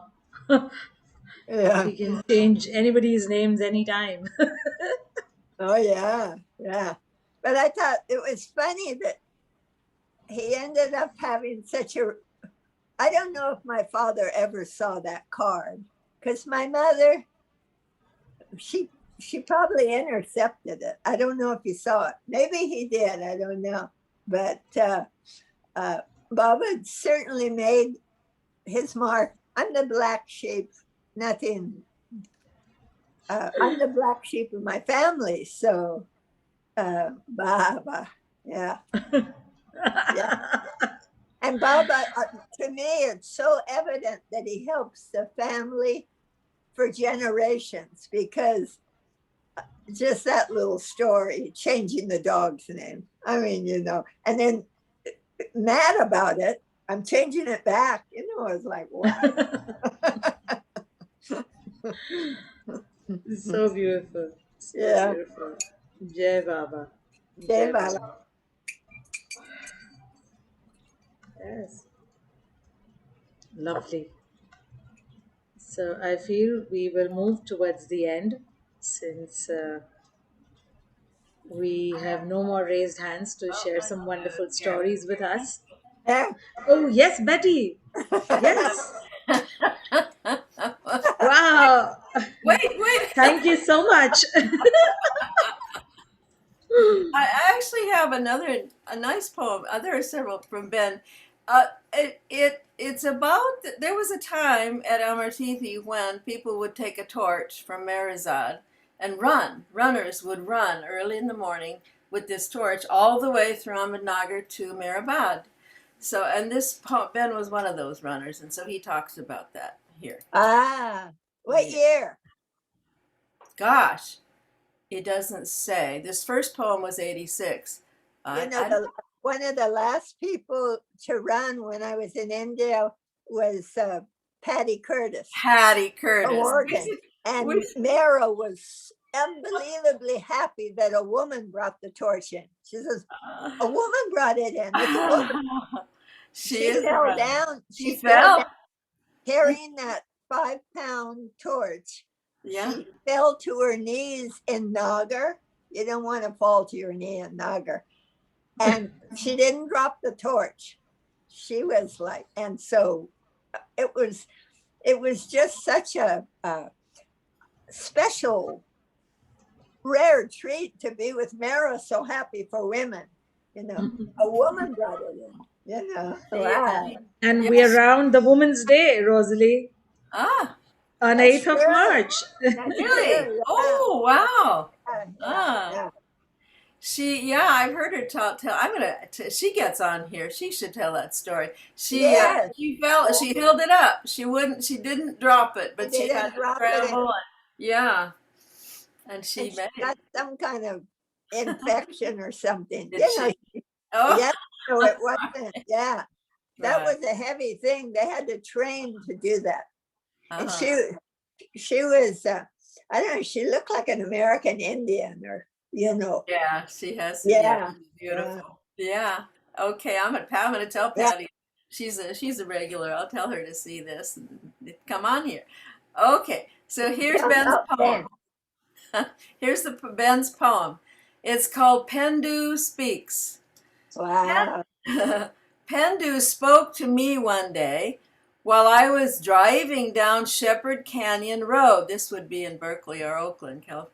His audible voice said, "Too slow, brother, too slow." My foot came off the brake. I think he was referring to my running, not my driving. Last time he said that to me 12 years ago, he meant to say, "You're off the team. There's only room for 6 runners." Too slow, brother. You're too slow.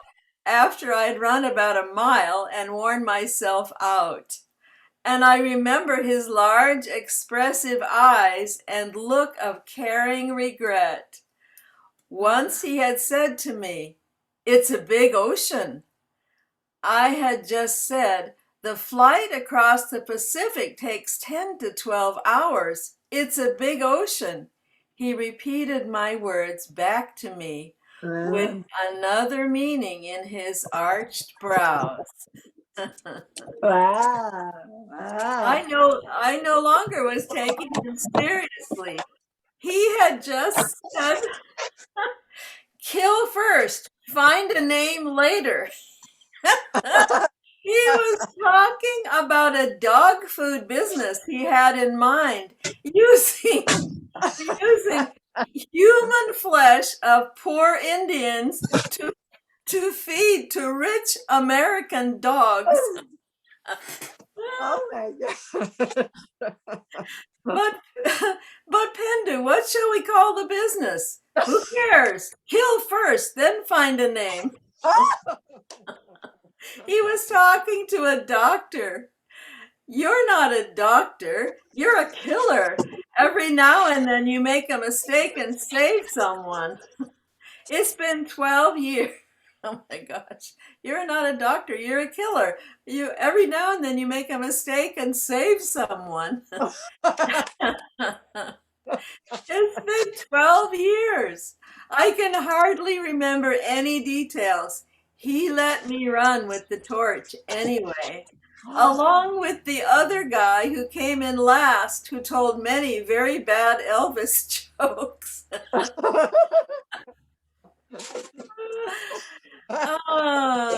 Too slow, brother, too slow.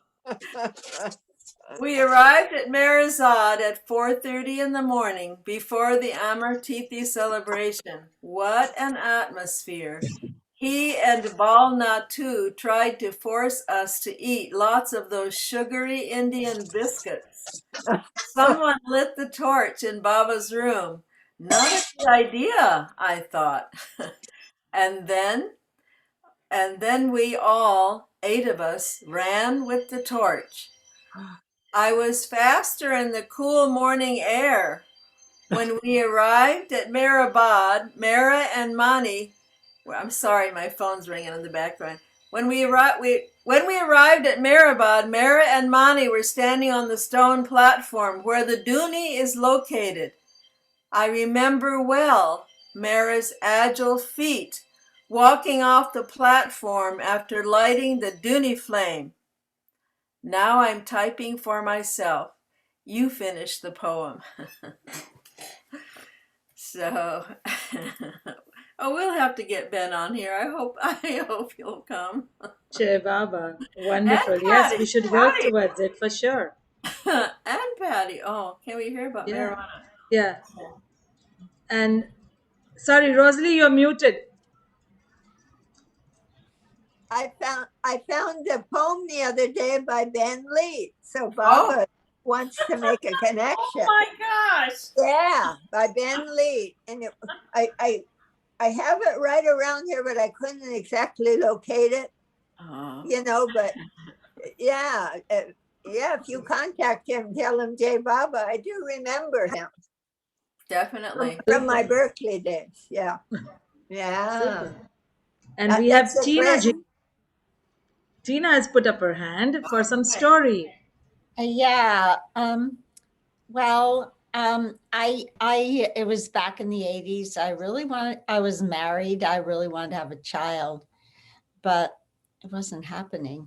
And so I took all kinds of fertility drugs and, they had a very bad effect on me and had horrible side effects. So I really couldn't take them.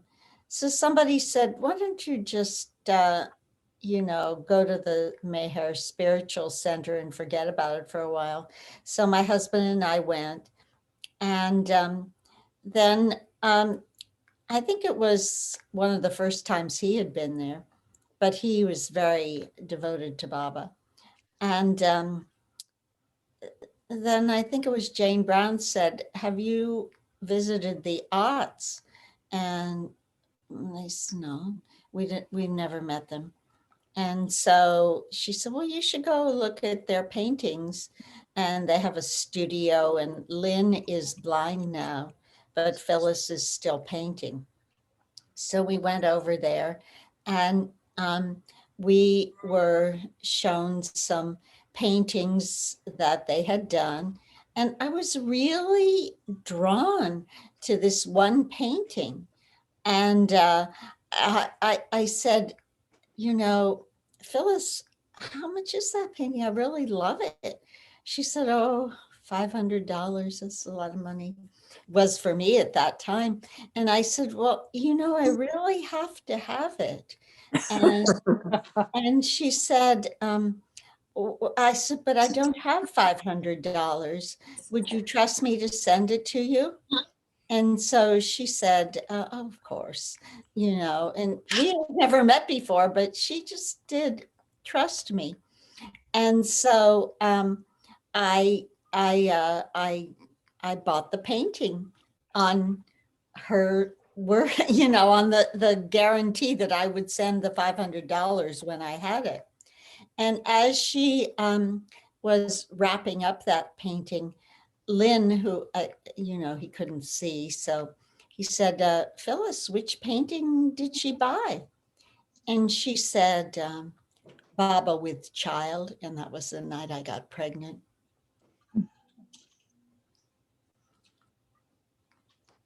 Pretty amazing stuff. Jai Meher Baba. Thank you, Tina, for such a That's beautiful. loving, intimate share. Thank you. I love that poster on the blue bus in Merazad, Thief of Hearts. and I think I always add one or two more. Eternal eavesdropper, eternal liar as well. He says he doesn't do any miracles, but our life is a miracle in his love every moment. I love that blue bus. Well, as a postscript to that story, my son, has been very challenging to me, but, I said to Baba sometimes, I wanted a child, but I should have been more specific.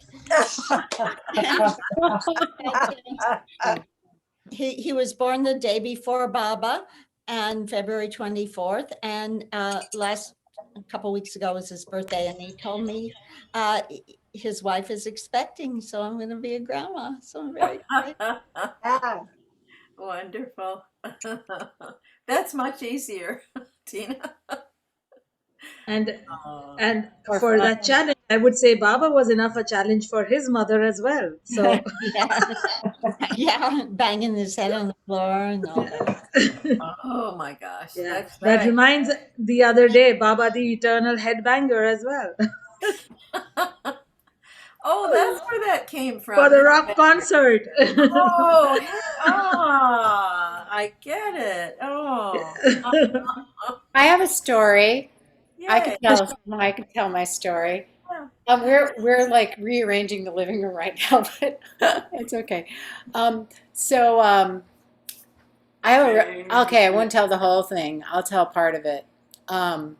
So when I met Marvin, he had a poster on his wall, happiness lies with making others happy. And I sat down on the couch and I was like, oh, I'm home. So I guess I married him. And so then the dreams started. Baba started coming to me in dreams, and I was like, what? And I was actually into Saint Germain, that violet flame thing. And actually, Jean Adriel ended up on that path, and Baba said that was a real path. But that path led me to Baba on some level. And so then Baba would come to me in dreams. And then so my first meeting, I walked into an Armatithi meeting, and it was the Chicago Center on Morse. And this was January of 1991. And there was Roberta Lewis, so Birdie, she stays with Bauji. You probably know her. Anyway, it was like seeing a friend I hadn't seen in 3,000 years, or being that connected. So beautiful. And so then what happened was a year later, in early 92, but during this time, Baba was hammering me with dreams. That whole year, I was having these dreams of Baba, and I was like, what is going on here? And now I go, oh God, can't you come to me in my dreams? No. And so it was 92, January, and it was Armatithi time. And there I was in space. I seem to have these space dreams with Baba where I go someplace else and I'm in space and he's there. And we're sitting in a circle with a bunch of people, and Bertie was there and some people I didn't know.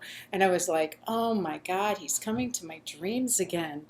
Then, right before Baba's birthday, I wonder if this was, right before Baba's birthday, I was in that in-between dream state. I had this vision. And there I was in the Holy Land. And Jesus was walking on the water. And it was an incredible scene. I was up on a hill. There was an olive grove or something. And there were people milling around. And there is Christ. And he was so beautiful. And I'm going to backtrack a little bit. Now, when I was 11, I remember this very distinctly, that my sister and her friend Ramona, we were sitting in the front yard of in my little town in Connecticut, our house, and we're going Om, making fun of, pretending to be yogis. And it occurred to me Buddha was God. And I never felt a connection with Jesus. Never. I was a Virgin. I was a Mother Mary girl from get-go. That's who I prayed to. And so there is Jesus. He is so beautiful. And there was this music that I can't describe, this incredible music. And I walked, and he's like this. He's standing with his arms out, and his hair is flowing, and his black diamond eyes were emanating power, bliss, knowledge, everything amazing, overwhelmingly gorgeous and beautiful. And I was like, oh my goodness. And I walked down and I touched his sleeve. Don't know why. I don't know if I sunk into the water or whatever. And I asked him, I was like, why did I ask him? I feel like I asked him a really stupid question. When are you going to come again and fix the world? And he turns to me and he smiles. And he is the Ancient One. He is Meher Baba. He is Meher Baba. And that was like, oh. And then I think I started to break. But, of course not. So then Marvin and I got married in October of 1992. And just my mom passed away a few months after Marvin and I met. And so she passed away in 91. So this will be 30 years, March 24th. Her favorite flowers were yellow roses. And so there's a connection with yellow and pink roses. So I believe that someone brought me a heart locket with yellow and pink roses from Baba's and Mara's tomb. After going to Armatithi, she brought me these pink and yellow rose, this locket that had these petals in it. And so there's a thread there. So we got married in October, and part of the thing was I wanted to have a single yellow rose next to my mother's picture at the wedding. Well, that didn't happen. Or yellow roses. It just was forgotten in all the things that were going on. And so we went to, we drove through the Smokies and then ended up in Myrtle Beach. And we stayed, and it was interesting because we stayed in a little town in the Smokies called Townsend, because that is also in Pete Townsend, of course, is in my story. Not of course, but he is. And I will, hold on one second. So, yes, I have this book here. See, I have this book. Anyway, so we're going to Myrtle Beach, and we get to the center, and they put us in the lantern cabin, and on the table next to Baba's, on the table in the kitchen there was a pink rose. Now this is October, so this is October, and there's a pink rose on the table, but in the bedroom next to Baba's picture was a single yellow rose. And I just completely lost it because no one knew. No one knew. So then I tell the story a year later or something. We went to the center, and Jane Brown. And Jane, or maybe that day, maybe it was on our honeymoon. Oh, and there was a lovely little heart box with a little white shell in it. It was so sweet. So Jane tells me the story. Now this is the last year, this is the end of Bob Brown's life, because we saw him in October and he was gone the next year. Now she said that there was a honeymoon cabin, and she kept on asking Baba, I need flowers for this cabin. And Bob Brown, those were the last 2 roses from his garden, because it was October. So those were very special. And in fact, I have a little box that's origami. We were doing a Museum Store Association show. We're artists, and we sell to galleries and museum stores. And the woman next to us sold origami papers and made origami. And she comes over to us with this little green box, and it has a pink and yellow origami rose, and she says, this is for you. I don't know why, but this is for you guys. And there's another part of it. But anyway, so the other part of my Baba story is this book. I have had this book since I was 16 years old, 17. And in this book is, somewhere is Baba's picture. So the truth of it is, that's the first time I saw Baba's picture. But this book in particular would open automatically to this song. Let me see if I can find what I'm looking for. This song, Oh Parvatigar. And I would go, Oh Parvanjor. I don't know that song. I didn't even take time enough to even look at it. And I'm telling you, this book used to open to this all the time. before I met Marvin, before Baba showed himself.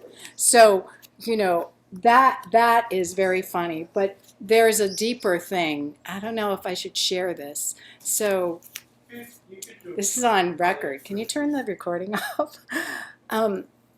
I had an experience in my room as a teenager because I was doing things I shouldn't have been doing. And this beauty wrote that song, Love's Flame.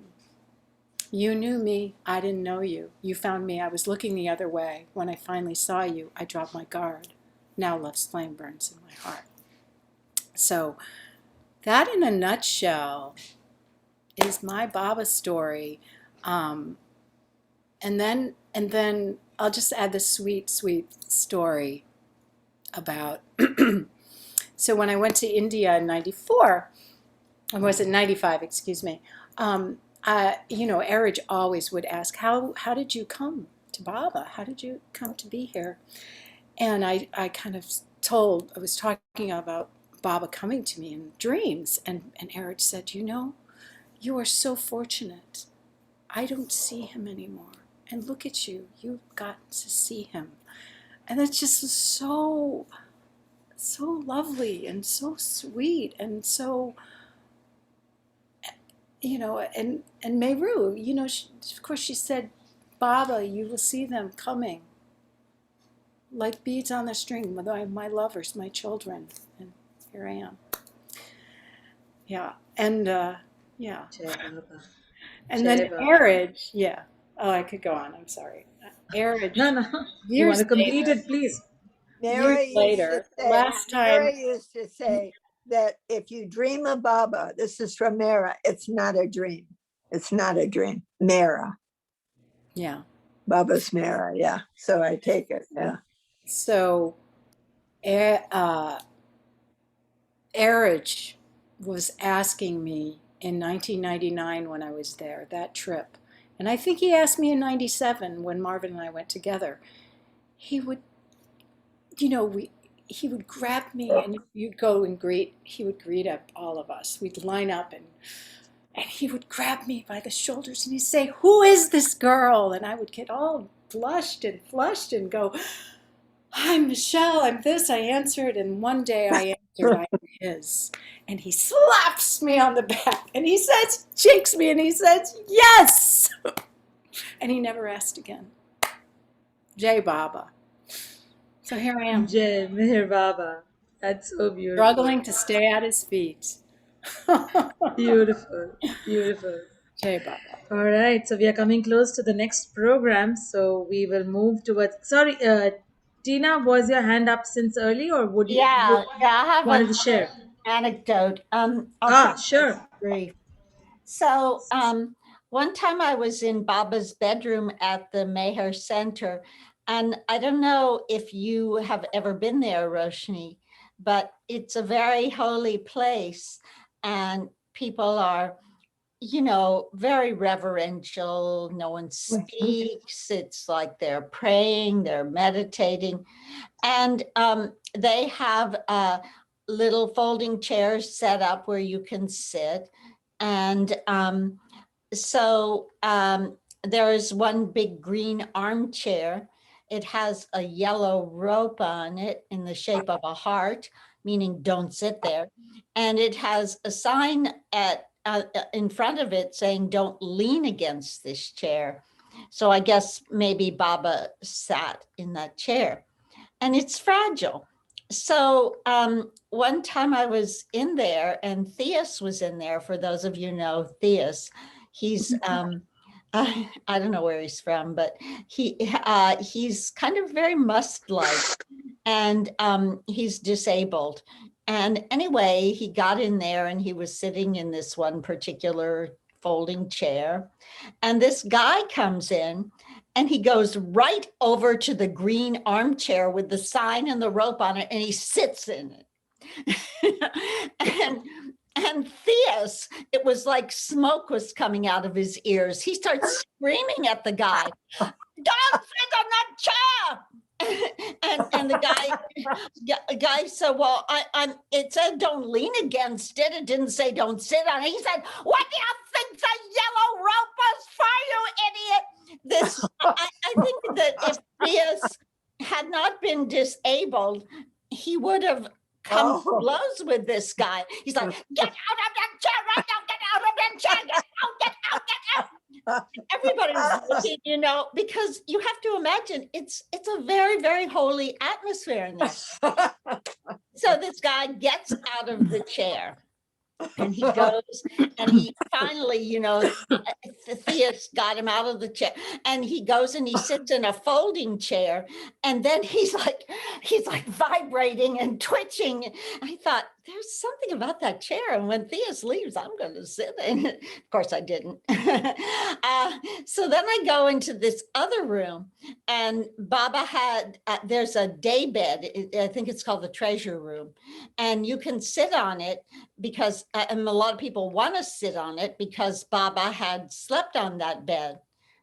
And so I sat down on that bed, and you have to imagine that in Baba's house, everything is just pristine. They take care of it very, they're just very, very careful with everything in the house. I sit down on this bed, and suddenly blood is all pouring out from behind my knee. And there was a rusty spring sticking out that they hadn't seen. And it pierced the vein behind my knee. So Wendy came running in, call an ambulance, and I had to rush me over to the urgent care and Access Medical or whatever, get a tetanus shot, stitches. And so about a week later, I ran into Phyllis Ott, and she's like, I heard about your accident. You got to sue them. They got a lot of money, and you could become a wealthy woman. And I was like, Phyllis, I'm not going to sue them. So about 2 days later, I saw her on the beach. She's like, here's the phone number of a lawyer. Call him. But I never did. Thank you, Tina. My God, what a lively share. The backstory about Theus. Theus for years was a fellow at the tomb. He guarded. Yeah. He had such an awareness of the sacred space. I don't know why this guy sat on that chair. He just saw this kind of said, don't lean against it. He wasn't leaning, he was sitting on it, but he didn't see the yellow rope, I guess. He don't sit on it. Jai Meher Baba to that. There's a chart in the chair because he seemed to be having a spiritual experience after he got out of it. All right. With that, we will move towards playing our Meher Dhun and the Australian Arti. And then if we still have time, Marcia, we'll have you share. Okay. I can share some other time because it's I can just do highlights because it's pretty long. Anyway, okay. Yeah. All right. Okay. Thank you so much.